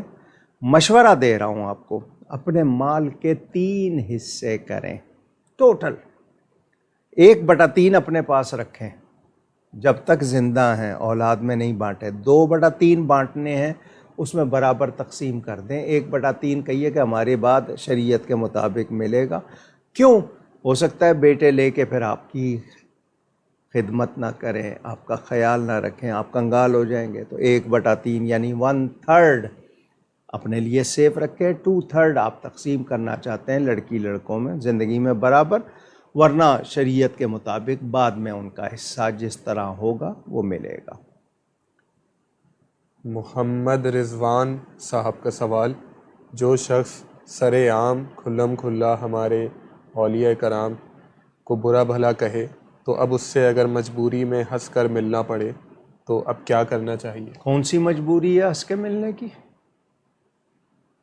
میں اس مجبوری کو جاننا چاہتا ہوں۔ ایک شخص آپ کے باپ کا ماں کا گستاخ ہو، آپ اس سے ہنس کے ملیں گے؟ اولیاء اللہ تو اللہ کے دوست ہیں، اللہ کے پیارے ہیں، تو ان سے دوستی محبت اللہ سے، ان سے دشمنی اللہ سے دشمنی۔ اللہ کے پیاروں سے دشمنی رکھنے والے سے میں ہنس کے کیوں ملوں گا؟ کون سی ویسی میری مجبوری ہے؟ مجھے بتائیں تو صحیح نا، میں پہچانوں کہ وہ مجبوری ہے کیا۔ اپنے لیے بڑے وہ بنتے ہیں پوزیسو اور بڑے غیرت والے، اللہ کے پیاروں کی کوئی گستاخی کرے، کھلم کھلا کے لفظ آپ کہہ رہے ہیں اور پھر آپ ہنس کے ملنا چاہتے ہیں، تو آپ کا ایمان کہاں ہے؟ آپ کی غیرت کہاں ہے؟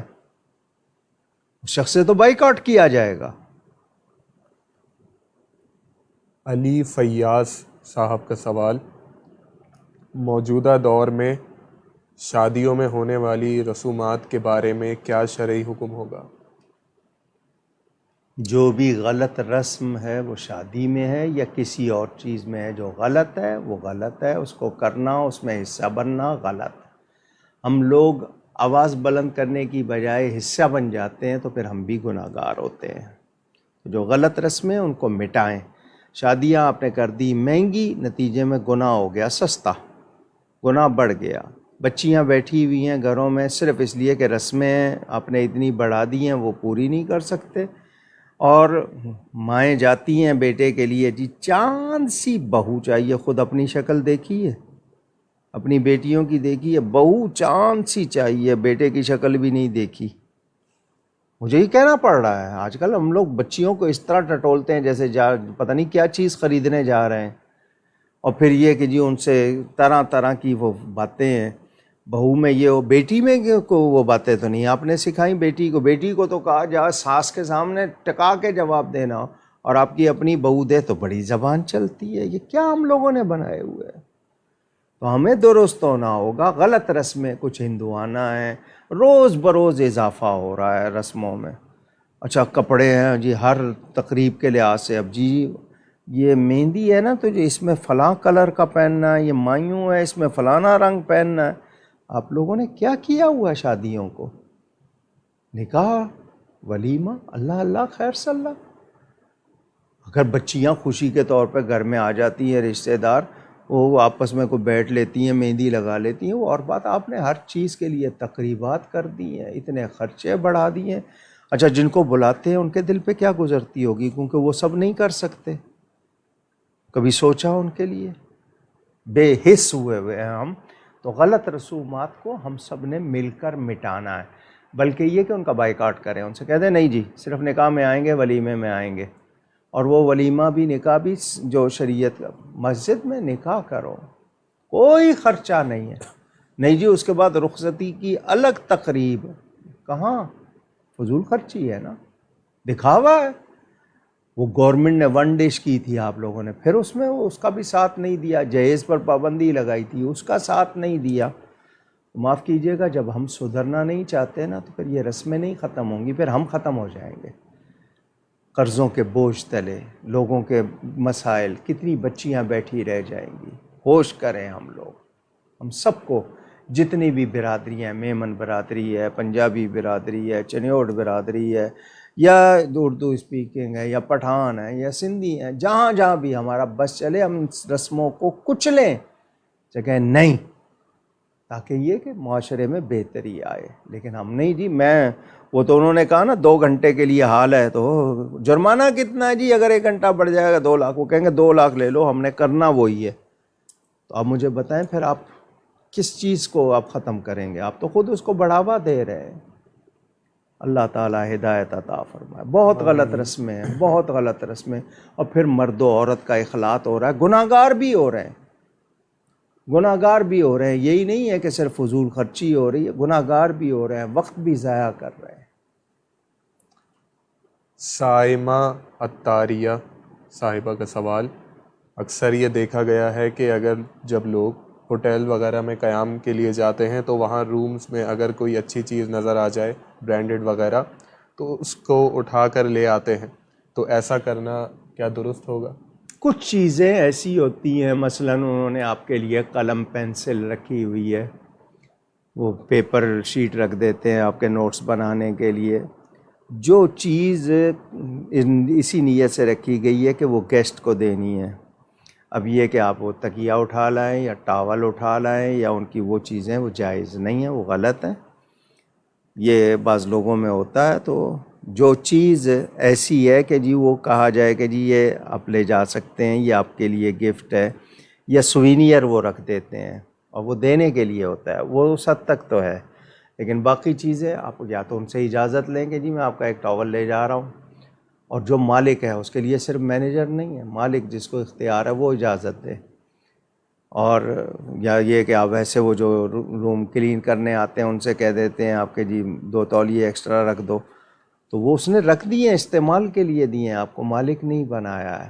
ہاں وہ چیزیں ہوتی ہیں، کیا اس کو کہتے ہیں، یہ جو شاور میں رکھی جاتی ہیں، وہ کچھ رکھ دیتے ہیں آپ کے لیے، مثلا کیپ رکھ دی ہے انہوں نے، وہ آپ کے لیے ہے، یا شیمپو رکھا ہے، یا وہ کنڈیشنر کہتے ہیں، اس طرح کی چیزیں وہ رکھ دیتے ہیں، تو وہ آپ کے لیے ہوتی ہیں، اس میں وہ مسئلہ نہیں ہے، وہ رکھی آپ کے لیے ہے. لیکن جو چیزیں آپ کے لیے نہیں ہیں اور وہ آپ اٹھائیں گے، وہ چوری ہوگی. حاشر سلیم صاحب کا سوال: میں نے اخبار میں پڑھا تھا یا ٹی وی میں دیکھا تھا کہ اسمبلی کے ممبران کو جو لاجز دیے جاتے ہیں وہاں سے اے سی اتار کے لے گئے، گملے لے گئے، کیا کچھ لے گئے. وہ لوگ جن کو ہم نمائندہ بنا کے بھیجتے ہیں، ہمارے لیے قانون بنائے، وہ پوری خبریں آئی تھی کیا کیا اٹھا کے لے گئے، وہ فرنیچر تک لے گئے. اللہ کی پناہ. حاشر سلیم صاحب کا سوال: کیا جہیز کے سامان پر قربانی واجب ہوگی؟ جہیز کے سامان کا مالک کون ہے؟ اتنا سامان اول تو بنایا کیوں ہے؟ وہی بات ابھی جو کر رہے تھے.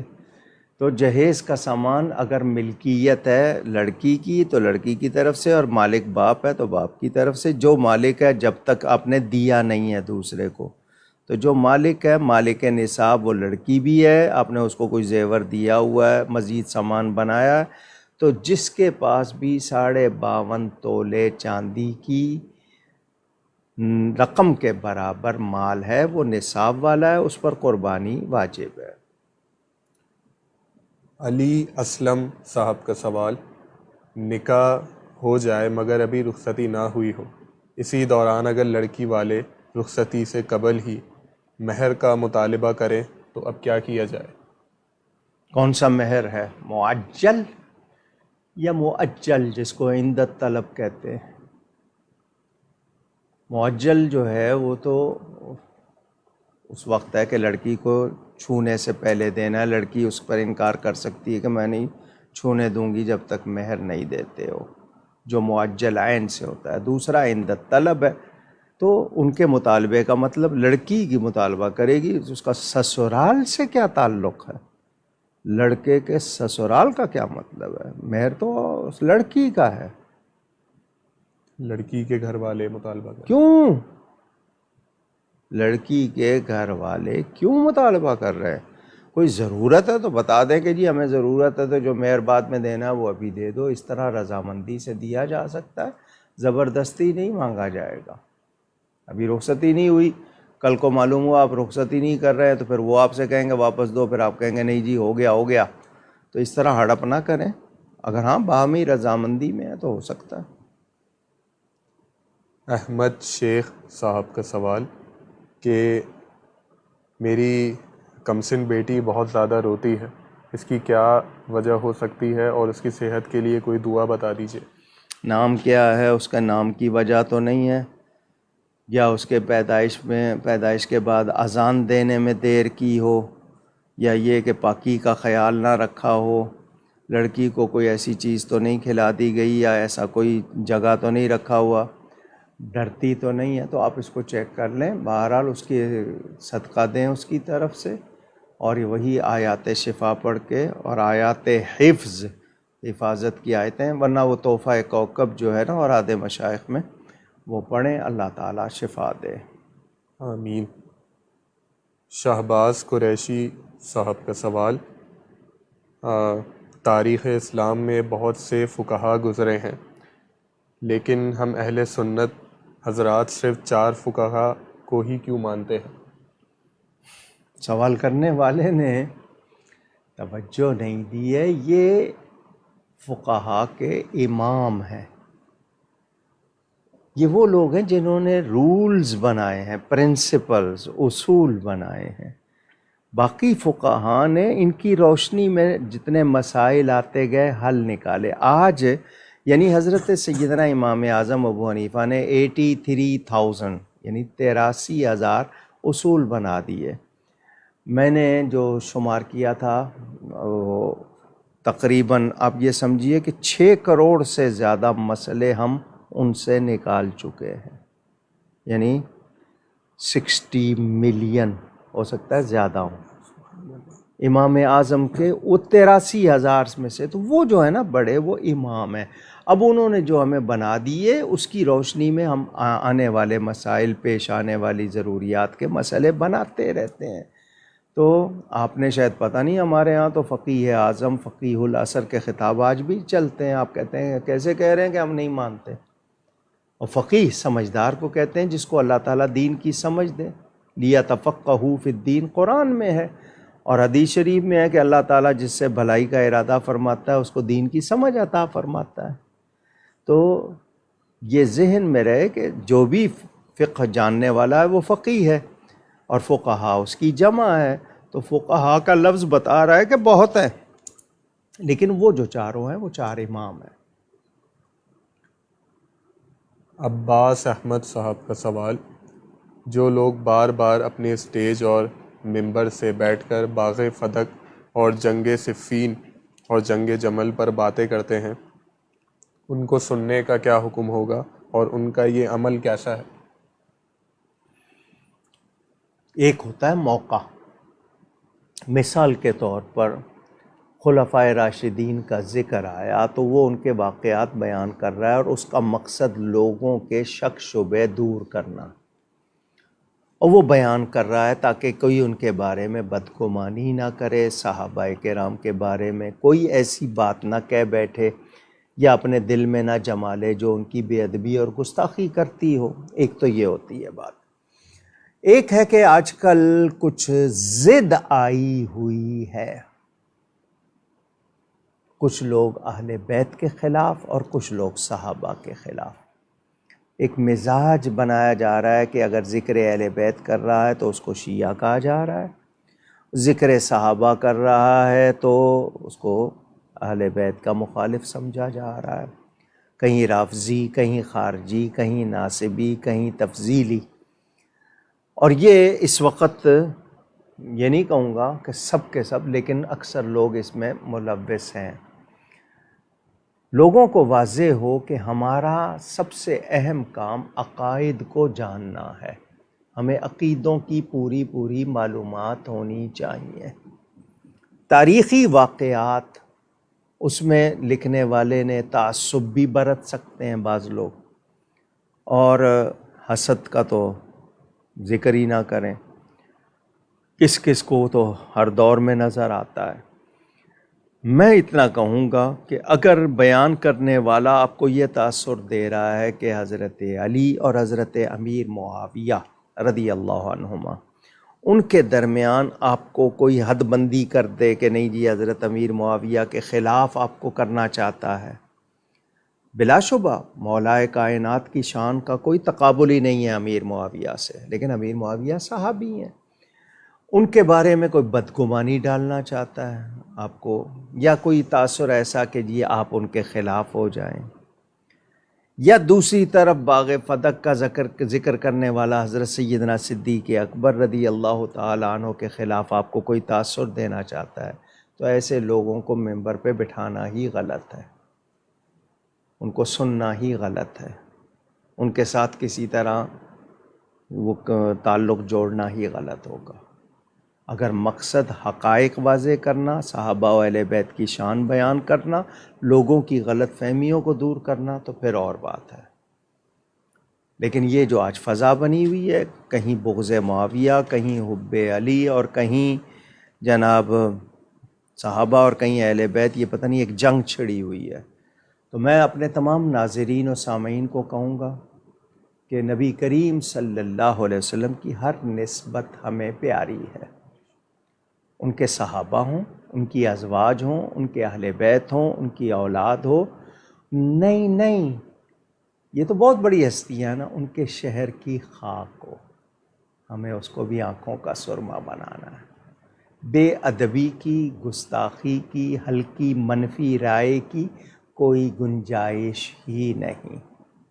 میں ان میں سے کسی ایک کو بھی ناراض کر کے کامیاب نہیں ہو سکتا، میں ان میں سے کسی کی بے ادبی کر کے کوئی خیر نہیں پا سکتا۔ مجھے ازواج رسول، اصحاب رسول، آل رسول، اولاد رسول، نسبت رسول کا ہر طرح احترام کرنا ہے۔ اگر آپ کو اتنی بات یاد رہے اور آپ اس کے پابند رہیں تو وہ آپ کے لیے خیر ہی خیر ہوگی انشاءاللہ۔ انشاءاللہ۔ محمد احمد صاحب کا سوال، دن رات پڑھنے کے لیے کچھ عمل بتا دیجئے، نیز یہ بھی بتا دیجئے کہ درود شریف اور کلمے یا پھر استغفار میں سے کیا زیادہ پڑھنا چاہیے، کیا افضل ہے؟ 5 وقت کی نماز پڑھیں، قرآن کی تھوڑی بہت تلاوت ضرور کریں، روز ترتیب سے پڑھیں، بھلے آپ بہت زیادہ نہیں پڑھ پا رہے، آپ 1 رکوع، 2 رکوع، 3 رکوع، 4 رکوع، آدھا پارہ، پورا پارہ، ترتیب سے روز قرآن کی تلاوت کریں۔ 3 چیزیں ضرور پڑھیں، درود شریف، استغفار، اور یہ تیسرا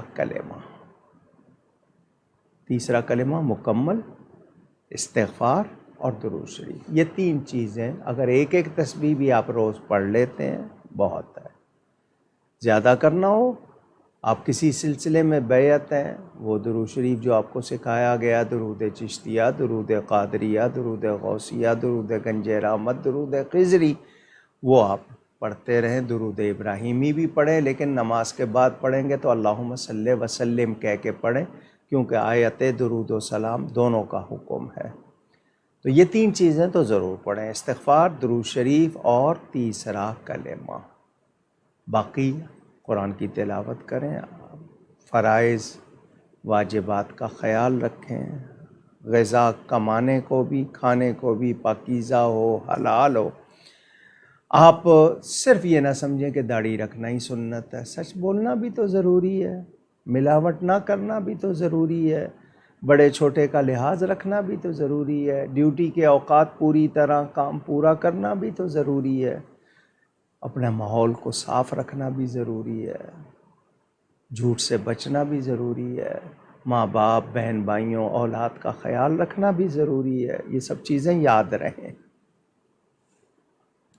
اگلا سوال محفوظ بخش صاحب کا، حضرت آدم علیہ الصلاۃ والسلام کی طرف خطا کی نسبت کرنے والے اور ان پر اعتراض کرنے والے کے ایمان کا کیا حکم ہوگا؟ کس انداز میں کر رہا ہے؟ صرف اتنا کہ جی ان سے اللہ تعالیٰ کے حکم کے بارے میں اتنا کہے کہ جی ظاہری طور پر خطا ہوئی، ادب سے ذکر کر رہا ہے تو اتنا کہہ لے، لیکن اس کا مقصد کہیں اہانت ہے، ہلکا سمجھنا ہے، تو پھر وہ اپنے آپ کو سوچے کہ وہ کیا خطا کر رہا ہے۔ اور اللہ تعالیٰ جب خود قرآن میں فرما رہا ہے فَنَسِیَ وَلَمْ نَجِدْ لَهُ عَزْمًا، ان کی توجہ نہیں رہی، ہم نے ان میں نافرمانی کا ارادہ نہیں پایا۔ جب اللہ ان کے لیے بیان فرما رہا ہے اور ان کے بارے میں اس خطا کو اور اپنی خطا کو ایک جیسا سمجھنا، یہ تو بہت بڑی غلطی ہے۔ تو ذکر کرنے والا کس انداز میں کر رہا ہے؟ اگر اس میں توہین ہے، اس کا لہجہ درست نہیں یا اس کے الفاظ درست نہیں ہیں، تو پھر وہ اپنے ایمان کی فکر کرے، کیونکہ نبی کی گستاخی بے ادبی کافر بنا دیتی ہے۔ بے شک۔ اگلا سوال بنگلور سے سیدہ عائشہ صاحبہ کا، ارطغرل غازی اور عثمان غازی جیسے اسلامی تاریخی ڈرامے دیکھ کر ان کے کرداروں کے نام پر اپنے بچوں کے نام رکھنا یہ کیسا ہے؟ اور محمد اورحان یہ نام رکھنا کیسا ہے؟ کیا؟ محمد اورحان عثمان کے بیٹے، جو خلیفہ عثمان تھا اس کے بیٹے کا نام تھا۔ مجھے اس کی صحیح اسپیلنگ بتائیں۔ الف واو را ہا الف نون۔ اورحان، جی مجھے دیکھنا پڑے گا یہ کون سی زبان کا لفظ ہے، عربی کا ہے، فارسی کا ہے، ترکی کا ہے۔ جب تک لفظ نہیں مجھ پر واضح ہوگا میں اس وقت نہیں جانتا۔ باقی یہ کہ کسی بھی مجاہد کے نام پہ، کسی بزرگ ہستی کے نام پہ نام رکھنا بہت اچھی بات ہے، ضرور رکھیں، مگر اس کا خیال بھی رکھیں۔ ہمارے ہاں نام بگاڑنے کی بہت عادت ہے، تو نام اگر وہ رکھیں تو اس کو پکاریں بھی صحیح طرح۔ یہ عورتوں میں، دوسرے کئی گھرانوں میں ہے رواج کے نام بگاڑ دیتے ہیں۔ تو مقدس ہستیاں یا بزرگ ہستیاں یا ایسے لوگ جن کی ہم تعظیم کرتے ہیں، ان کے نام اگر اپنے بچوں کے آپ نے ان کے نام پہ رکھے ہیں تو ادب کریں۔ میں نے ایسے لفظ نبیوں کے نام کے حوالے سے سنے، مجھ سے برداشت نہیں ہوتے۔ اہل بیت کے نام پہ مثلا میں صرف مثال دے رہا ہوں، فاطمہ کو میں نے لوگوں کو اس نام کو بگاڑتے ہوئے پنجاب میں پھتو، معاذ اللہ۔ اب یہ کیا مطلب ہے اس کا؟ بہت بری بات ہے۔ تو کوئی نام اس طرح اگر آپ نے رکھا ہے تو آپ سوچیں کہ کس کے نام کو بگاڑ رہے ہیں آپ، کس نسبت سے آپ نے رکھا ہے۔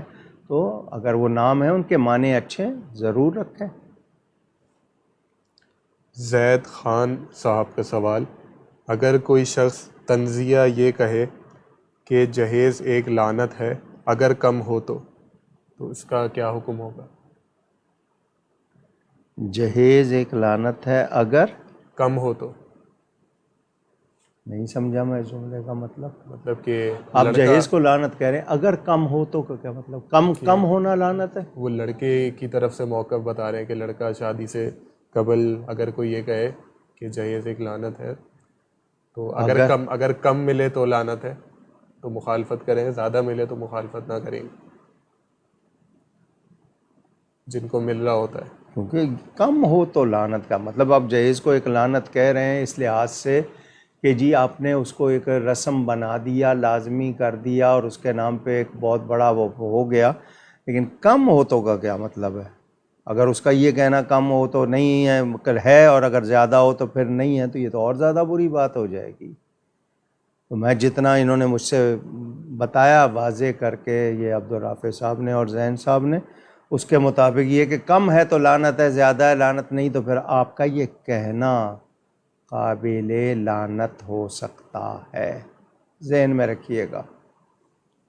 ان کا اگلا سوال کہ بائک پر ڈبل میں لیڈیز کو بٹھانا یا 3 لڑکوں کو ساتھ بٹھانا، اس میں ایک مخصوص فاصلہ برقرار نہیں رہتا اور محرم اور نامحرم کا بھی خیال دیکھنے میں نہیں ملتا، اس بارے میں کیا شرعی حکم ہے؟ بائک پر آپ نے ایک سے زیادہ افراد بٹھائے ہیں، کون رشتے میں؟ بھائی ہے، بہنیں ہیں 2 پیچھے اکٹھی بیٹھ گئی ہیں، آگے بھائی چلا رہا ہے تو 2 بیٹھ گئی ہیں یا 3 بیٹھ گئی ہیں، آپ نے بٹھا لی ہیں تو اس میں تو کوئی حرج نہیں ہے۔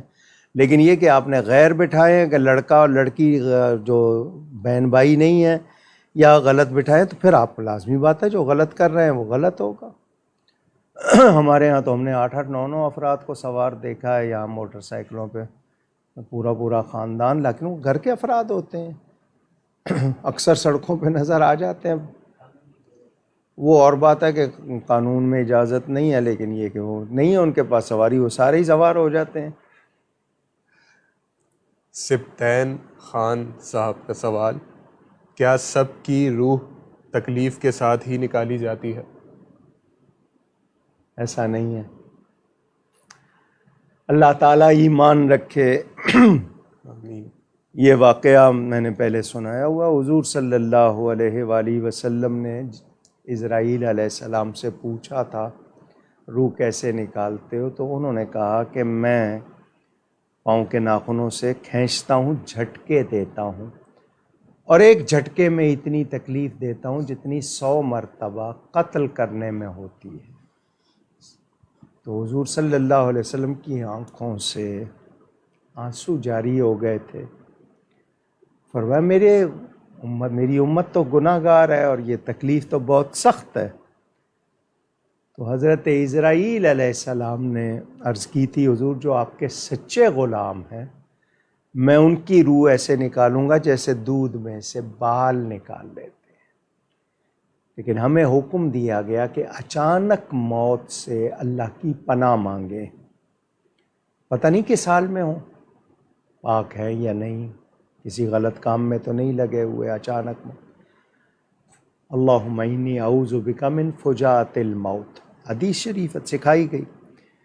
بیماری میں اگر وقت گزرتا ہے کچھ توبہ کی توفیق ملتی ہے، خدا کو یاد کر لیتے ہیں، تاہم جو اللہ کے پیارے ہیں، ایمان والے ہیں، ان کو شدت کی وہ تکلیف نہیں ہوتی ہے جو بدعقیدہ لوگوں کو، منافقوں کو، کافروں کو ہوتی ہے۔ سب کا حال ایک جیسا نہیں۔ اگلا سوال شہروز صدیق صاحب کا، کسی کی ناانصافی یا وعدہ خلافی کی عادت کی وجہ سے اسے بے ایمان کہنا یہ کیسا ہے؟ بے ایمان ایک تو عرف عام میں یار کیوں بے ایمانی کر رہے ہو، تو یہ ایک عرف ہے، اس سے مراد بھی وہ ایک طرح کی غلطی ہوتا ہے، لیکن ایمان کا کہ تم ایمان والے ہی نہیں ہو تو وہاں پر ذرا شدت آ جائے گی۔ تو ایک عرف ہے نا جملے کا، وہ موسم کو بے ایمان کہہ دیتے ہیں، کوئی کسی کو کہہ دیتے ہیں، تو وہ عرف ہے۔ لیکن کسی کے ایمان کے حوالے سے اگر واقعی اس نے غیر ایمانی حرکت کی ہے تو اس کو کہا جائے کہ یہ بے ایمانی ہے یا غیر ایمانی حرکت ہے، لیکن ویسے بے ایمان کہنا کسی کو اور سمجھ کے حقیقی معنوں میں، تو اگر وہ بے ایمان نہیں ہے تو پھر یہ بڑی شدید بات ہوگی۔ تو اب ہمارے ہاں عرف میں اسی طرح کہہ دیتے ہیں تم نے یار وہ میرے ساتھ کھیلتے ہوئے بے ایمانی کی، اب وہ کھیل پہلے پتہ چلے کہ وہ ایمان والا کھیل تھا یا نہیں تھا، تو عرف اور ہے، لیکن حقیقی معنوں کے حوالے سے کہے گا تو پھر بات سخت ہوگی۔ اعجاز فرقان صاحب کا سوال، سنت لباس کون سا ہے؟ کیا کرتا شلوار جو ہمارے ہاں رائج ہے وہ سنت لباس میں شامل ہے؟ جی کرتا ہم کہتے ہیں، قرآن میں قمیص کا لفظ آیا ہے، قمیص سے مراد وہ نہیں ہے جس پہ کالر ہوتے ہیں، قمیص کرتا کہہ لیا جاتا ہے، اس کی بناوٹ۔ کرتا پاجامہ شلوار کا ذکر بھی ملتا ہے، اور حضور صلی اللہ علیہ وسلم نے لنگی، جس کو کچھ لوگ دھوتی کہتے ہیں، وہی باندھی ہے ساری عمر۔ تو اسلامی لباس میں یہ سارے، اب بعض علاقوں کے لباس کو آپ جائیں حج پہ تو آپ کو نظر آتا ہے، مختلف علاقوں سے آئے، وہ بڑے بڑے ان کے لباس ہوتے ہیں، زیادہ گھیر والے ہوتے ہیں، کچھ چادروں والے ہوتے ہیں۔ اب انڈونیشیا، ملائیشیا، وہاں لنگی عام باندھی جاتی ہے وہاں پر، اور لیکن یہ جو غیروں کے ہیں، یہ چونکہ ان کا تصور نہیں تھا، یہ اب آپ کے سامنے آ گئے، تو وہ لباس مسلمانوں کے نہیں ہیں۔ وہ ٹی شرٹ کہلائے یا وہ پینٹ شرٹ کہلائے یا سفاری سوٹ کہلائے یا فلانا ڈمکانا، جو بھی آپ نام رکھ لیں، کوٹ پتلون وغیرہ، تو جو غیروں کے لباس ہیں وہ ہمارے سامنے واضح ہیں۔ تو بدن ڈھانپنا اصل چیز ہے، بدن ڈھانپنا۔ لیکن بہت سے لوگ ایسا لباس پہنتے ہیں کہ جی وہ ان کے بدن کی بناوٹ دکھانی ہوتی ہے، ان کو ٹائٹ فٹنگ، بہت زیادہ ٹائٹ فٹنگ چاہیے، تو وہ درست نہیں ہوتے، اور خاص طور پر عورت کے لیے تو بالکل بھی درست نہیں ہوتے۔ تو ذہن میں رہے کہ جو غیروں کے لباس ہیں وہ واضح ہیں، قمیص، کرتا، شلوار، پاجامہ، لنگی، یہ اسلامی لباس ہیں، پوری طرح ان کو صحیح طرح پہنا جائے۔ ندیم خان صاحب کا سوال، مونچھے کس دن تراشیں اور ان کو تراشنے کا درست طریقہ کیا ہے؟ یہ جو لبوں کا کنارہ ہے نا، یہ کلیئر ہونا چاہیے، اس پہ ہونٹوں کے اوپر نہیں آنی چاہیے، یہ کنارہ خالی ہونا چاہیے۔ سائیڈوں میں جو بہت زیادہ بل دے کے رکھ لیتے ہیں وہ بھی درست نہیں ہے، مناسب ہوں۔ جمعے کی صبح کاٹیں، جمعرات کو کاٹ لیں، منگل کو پرہیز کریں، لیکن اس کے علاوہ جس دن چاہیں آپ کر سکتے ہیں۔ جمعے کے دن کرنے پہ جمعے کی تیاری کی نیت سے کریں گے، ثواب ملے گا۔ علی نواز صاحب کا سوال، مسجد میں طلب امداد کرنا یہ کیسا ہے؟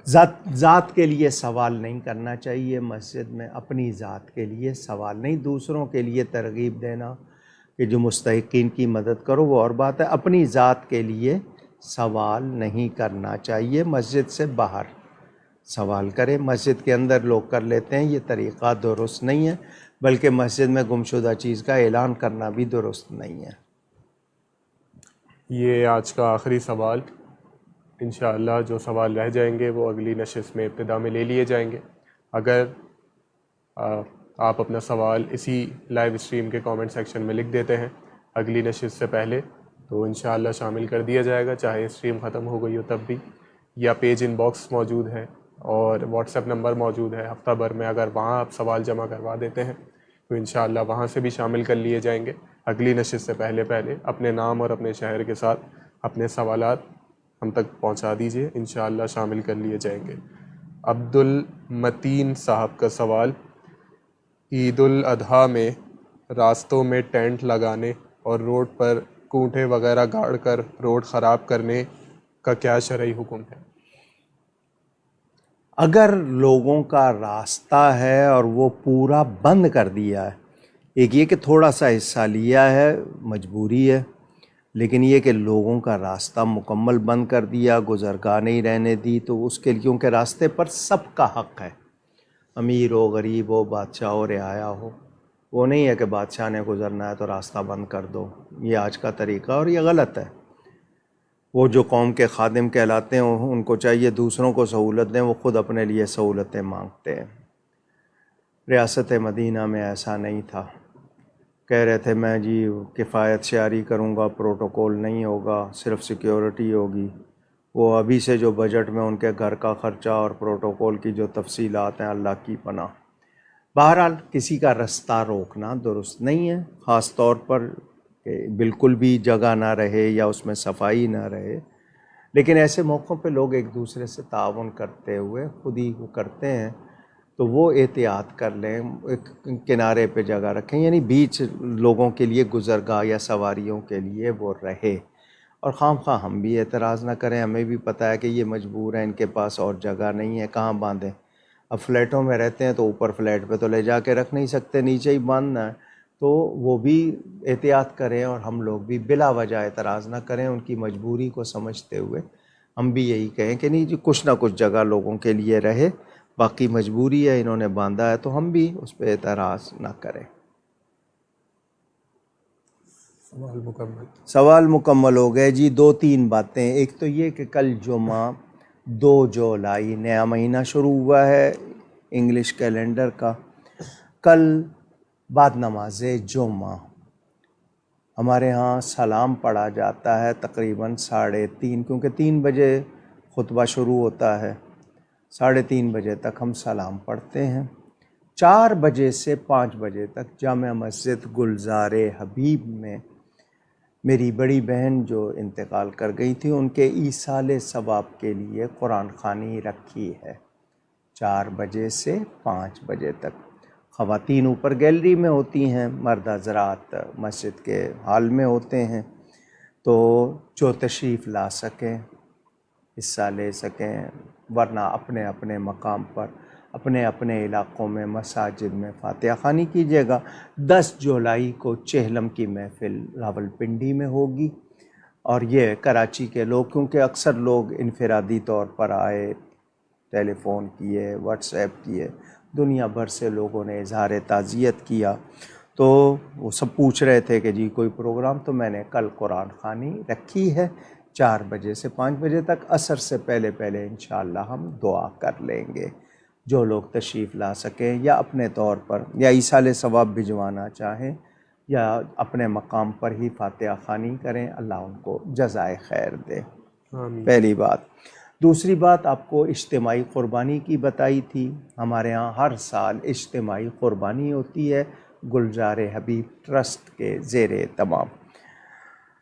جامع مسجد گلزار حبیب کے باہر بھی تقریباً 80-90 جانور آلریڈی باندھ دیے گئے ہیں. 14,000 روپیہ ایک حصے کا رکھا ہے. وہی بات کہ لوگوں کی سہولت کے لیے دنیا بھر سے جو لوگ حصہ لینا چاہیں وہ حصہ لے لیں. یہ اشتہار آپ کے سامنے اسکرین پر ہوگا. اگر آپ کو بینک کی تفصیلات چاہیے، ٹیلی فون کے کہاں بکنگ کرانی ہے، لوگوں کے نام اور نمبر لکھے ہوئے ہیں، وہ آپ کو اسکرین پر دکھائے جا رہے ہیں. تو آپ لوگ بھی شامل ہونا چاہیں تو اس میں شامل ہو جائیں. 2 اعلان ہو گئے. تیسرا اعلان کیا تھا میرے والد صاحب قبلہ رحمۃ اللہ تعالی علیہ، خطیب اعظم حضرت مولانا محمد شفیع اکاڑوی. انہوں نے 55 سالہ اپنی عرصہ حیات میں کتنی خدمات انجام دیں، کتنے خطبات کیے، کتنی کتابیں لکھیں، کتنی تنظیمیں بنائیں، کتنی محنت کی، کیا کیا انہوں نے سہا، وہ ایک تفصیل ہے. ایک P H D Karachi university سے ان پر ہوئی ہے، اور جو لوگ ایم فل کے مقالے، کوئی ان کی کتاب کا تجزیہ کسی کا، کوئی ان کی خطابت کے حوالے سے، انہوں نے کتنی تحریکوں میں ختم نبوت، دفاع پاکستان، اس کے علاوہ نظام مصطفیٰ، کتنا کام کیے. تو جو مزید اس میں لکھنا چاہے مواد ہم فراہم کریں گے مدرسے کے طلباء، کالجز کے، اور خواہش ہے کہ ان پر عربی میں اور انگلش میں دونوں زبانوں میں پی ایچ ڈی ہو باہر کی دنیا میں. تو جو دلچسپی رکھتے ہوں ضرور رابطہ کریں، ہمیں بڑی خوشی ہوگی. میرے بہنوئی جاوید اقبال صاحب جو گلزار حبیب ٹرسٹ کے رکن بھی ہیں، ان کی بڑی ہمشیرہ فیصل آباد میں آج انتقال کر گئی. وہ کچھ عرصے سے بیمار تھیں. وہ بہنوئی تشریف لے گئے جنازے کے لیے. بہنوئی ہیں محمد آفتاب اور جاوید اقبال، ان دونوں کی یہ بڑی بہن تھیں. فیصل آباد میں کل صبح ان کی نماز جنازہ ہوگی. اللہ تعالی ان تمام لوگوں کو اس صدمے پر صبر عطا فرمائے، آمین. اور ان کی مغفرت فرمائے. اور جتنے لوگ اس دوران دنیا سے چلے گئے، اللہ کریم ان کی مغفرت فرمائے. آمین. بہت سی تفصیل آتی ہے فیس بک پہ، سب کے نام نہیں نوٹ کر پاتا، تاہم مختلف جو بھی نام مل جاتے ہیں. جمعے میں بھی کبھی اعلان کرتا ہوں، ورنہ ایصال ثواب اور فاتحہ خوانی تمام وابستگان، تمام اہل ایمان کے لیے ہم معمول ہے ہر جمعے کرتے ہیں، اجتماعی طور پر اور انفرادی طور پر روز کرتے ہیں. پورے پروگرام میں یا کہیں بھی مجھ سے کہیں کوئی غلطی ہوئی ہو، اللہ تعالیٰ اور اس کے رسول صلی اللہ علیہ وسلم کی بارگاہ میں توبہ کرتا ہوں. مجھے کچھ لوگوں نے کلپس بھیجے، کچھ لوگ میرے بارے میں میری تقریروں کے کلپ یا ان کو نہیں پسند، تو میں نے پہلے بتا دیا جن کو نہیں پسند ہیں نہ ہو. الحمدللہ الحمدللہ ثم الحمدللہ ومن کرم رسول اللہ صلی اللہ علیہ وسلم. میں حق بیان کرتا ہوں، جس کو حق نہیں سمجھتا اس پر توبہ کرتا ہوں. اگر میرے منہ سے کوئی ایسی بات نکلی ہے جو اللہ اور اس کے رسول کے نزدیک حق نہیں ہے، میں اس سے توبہ کرتا ہوں. لیکن جو میں نے بیان کیا وہ دوسرے لوگ جو اس طرح کی باتیں، مجھے لوگ کہتے ہیں جی آپ اس کا جواب دیں، تو جس کو سمجھ ہی نہیں ہے اس کو کیا جواب دوں؟ جس کو علم ہی نہیں ہے اس کو کیا جواب دوں؟ اور جس میں جرأت نہیں ہے سامنے آ کے بات کرنے کی اس کو کیا جواب دوں؟ تو اللہ تعالیٰ مجھے حق پر قائم رکھے. کچھ ایک خاتون نے بنا دیا کہ جی میں نے پتہ نہیں کیا کہہ دیا، اس پر اس نے وہ ایک پورا کلپ بنا کے چلا دیا، حالانکہ وہ نا سمجھ جو بات کر رہی ہے اپنی توہین کی ہے اس نے اس میں. تو میں ان باتوں کے الگ الگ جواب نہیں دیتا. جو حق ہے، جو نہیں مانتا، فمن شاء فلیؤمن فمن شاء فلیکفر، قرآن میں ہے. کتنے لوگ ہیں اللہ تعالیٰ کو نہیں مانتے، رسول اللہ صلی اللہ علیہ وسلم کو نہیں مانتے، دین کو نہیں مانتے، قرآن کو نہیں مانتے. وہ بھی تو ہے نا. میری کیا حیثیت ہے؟ میں کیا چیز ہوں؟ تو اگر کوئی میری لیکن جو میں نے بات حق کی ہے وہ حق ہے.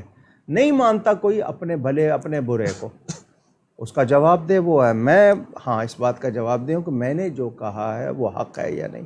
تو میں الحمدللہ جو بات کرتا ہوں ذمہ داری سے. اگر کوئی غلطی ہو جائے، ہر تقریر ہر گفتگو میں یہ کہہ کے اٹھتا ہوں مجھ سے کوئی کوتاہی غلطی ہوئی، اللہ اور اس کے رسول صلی اللہ علیہ وسلم کی بارگاہ میں توبہ کرتا ہوں.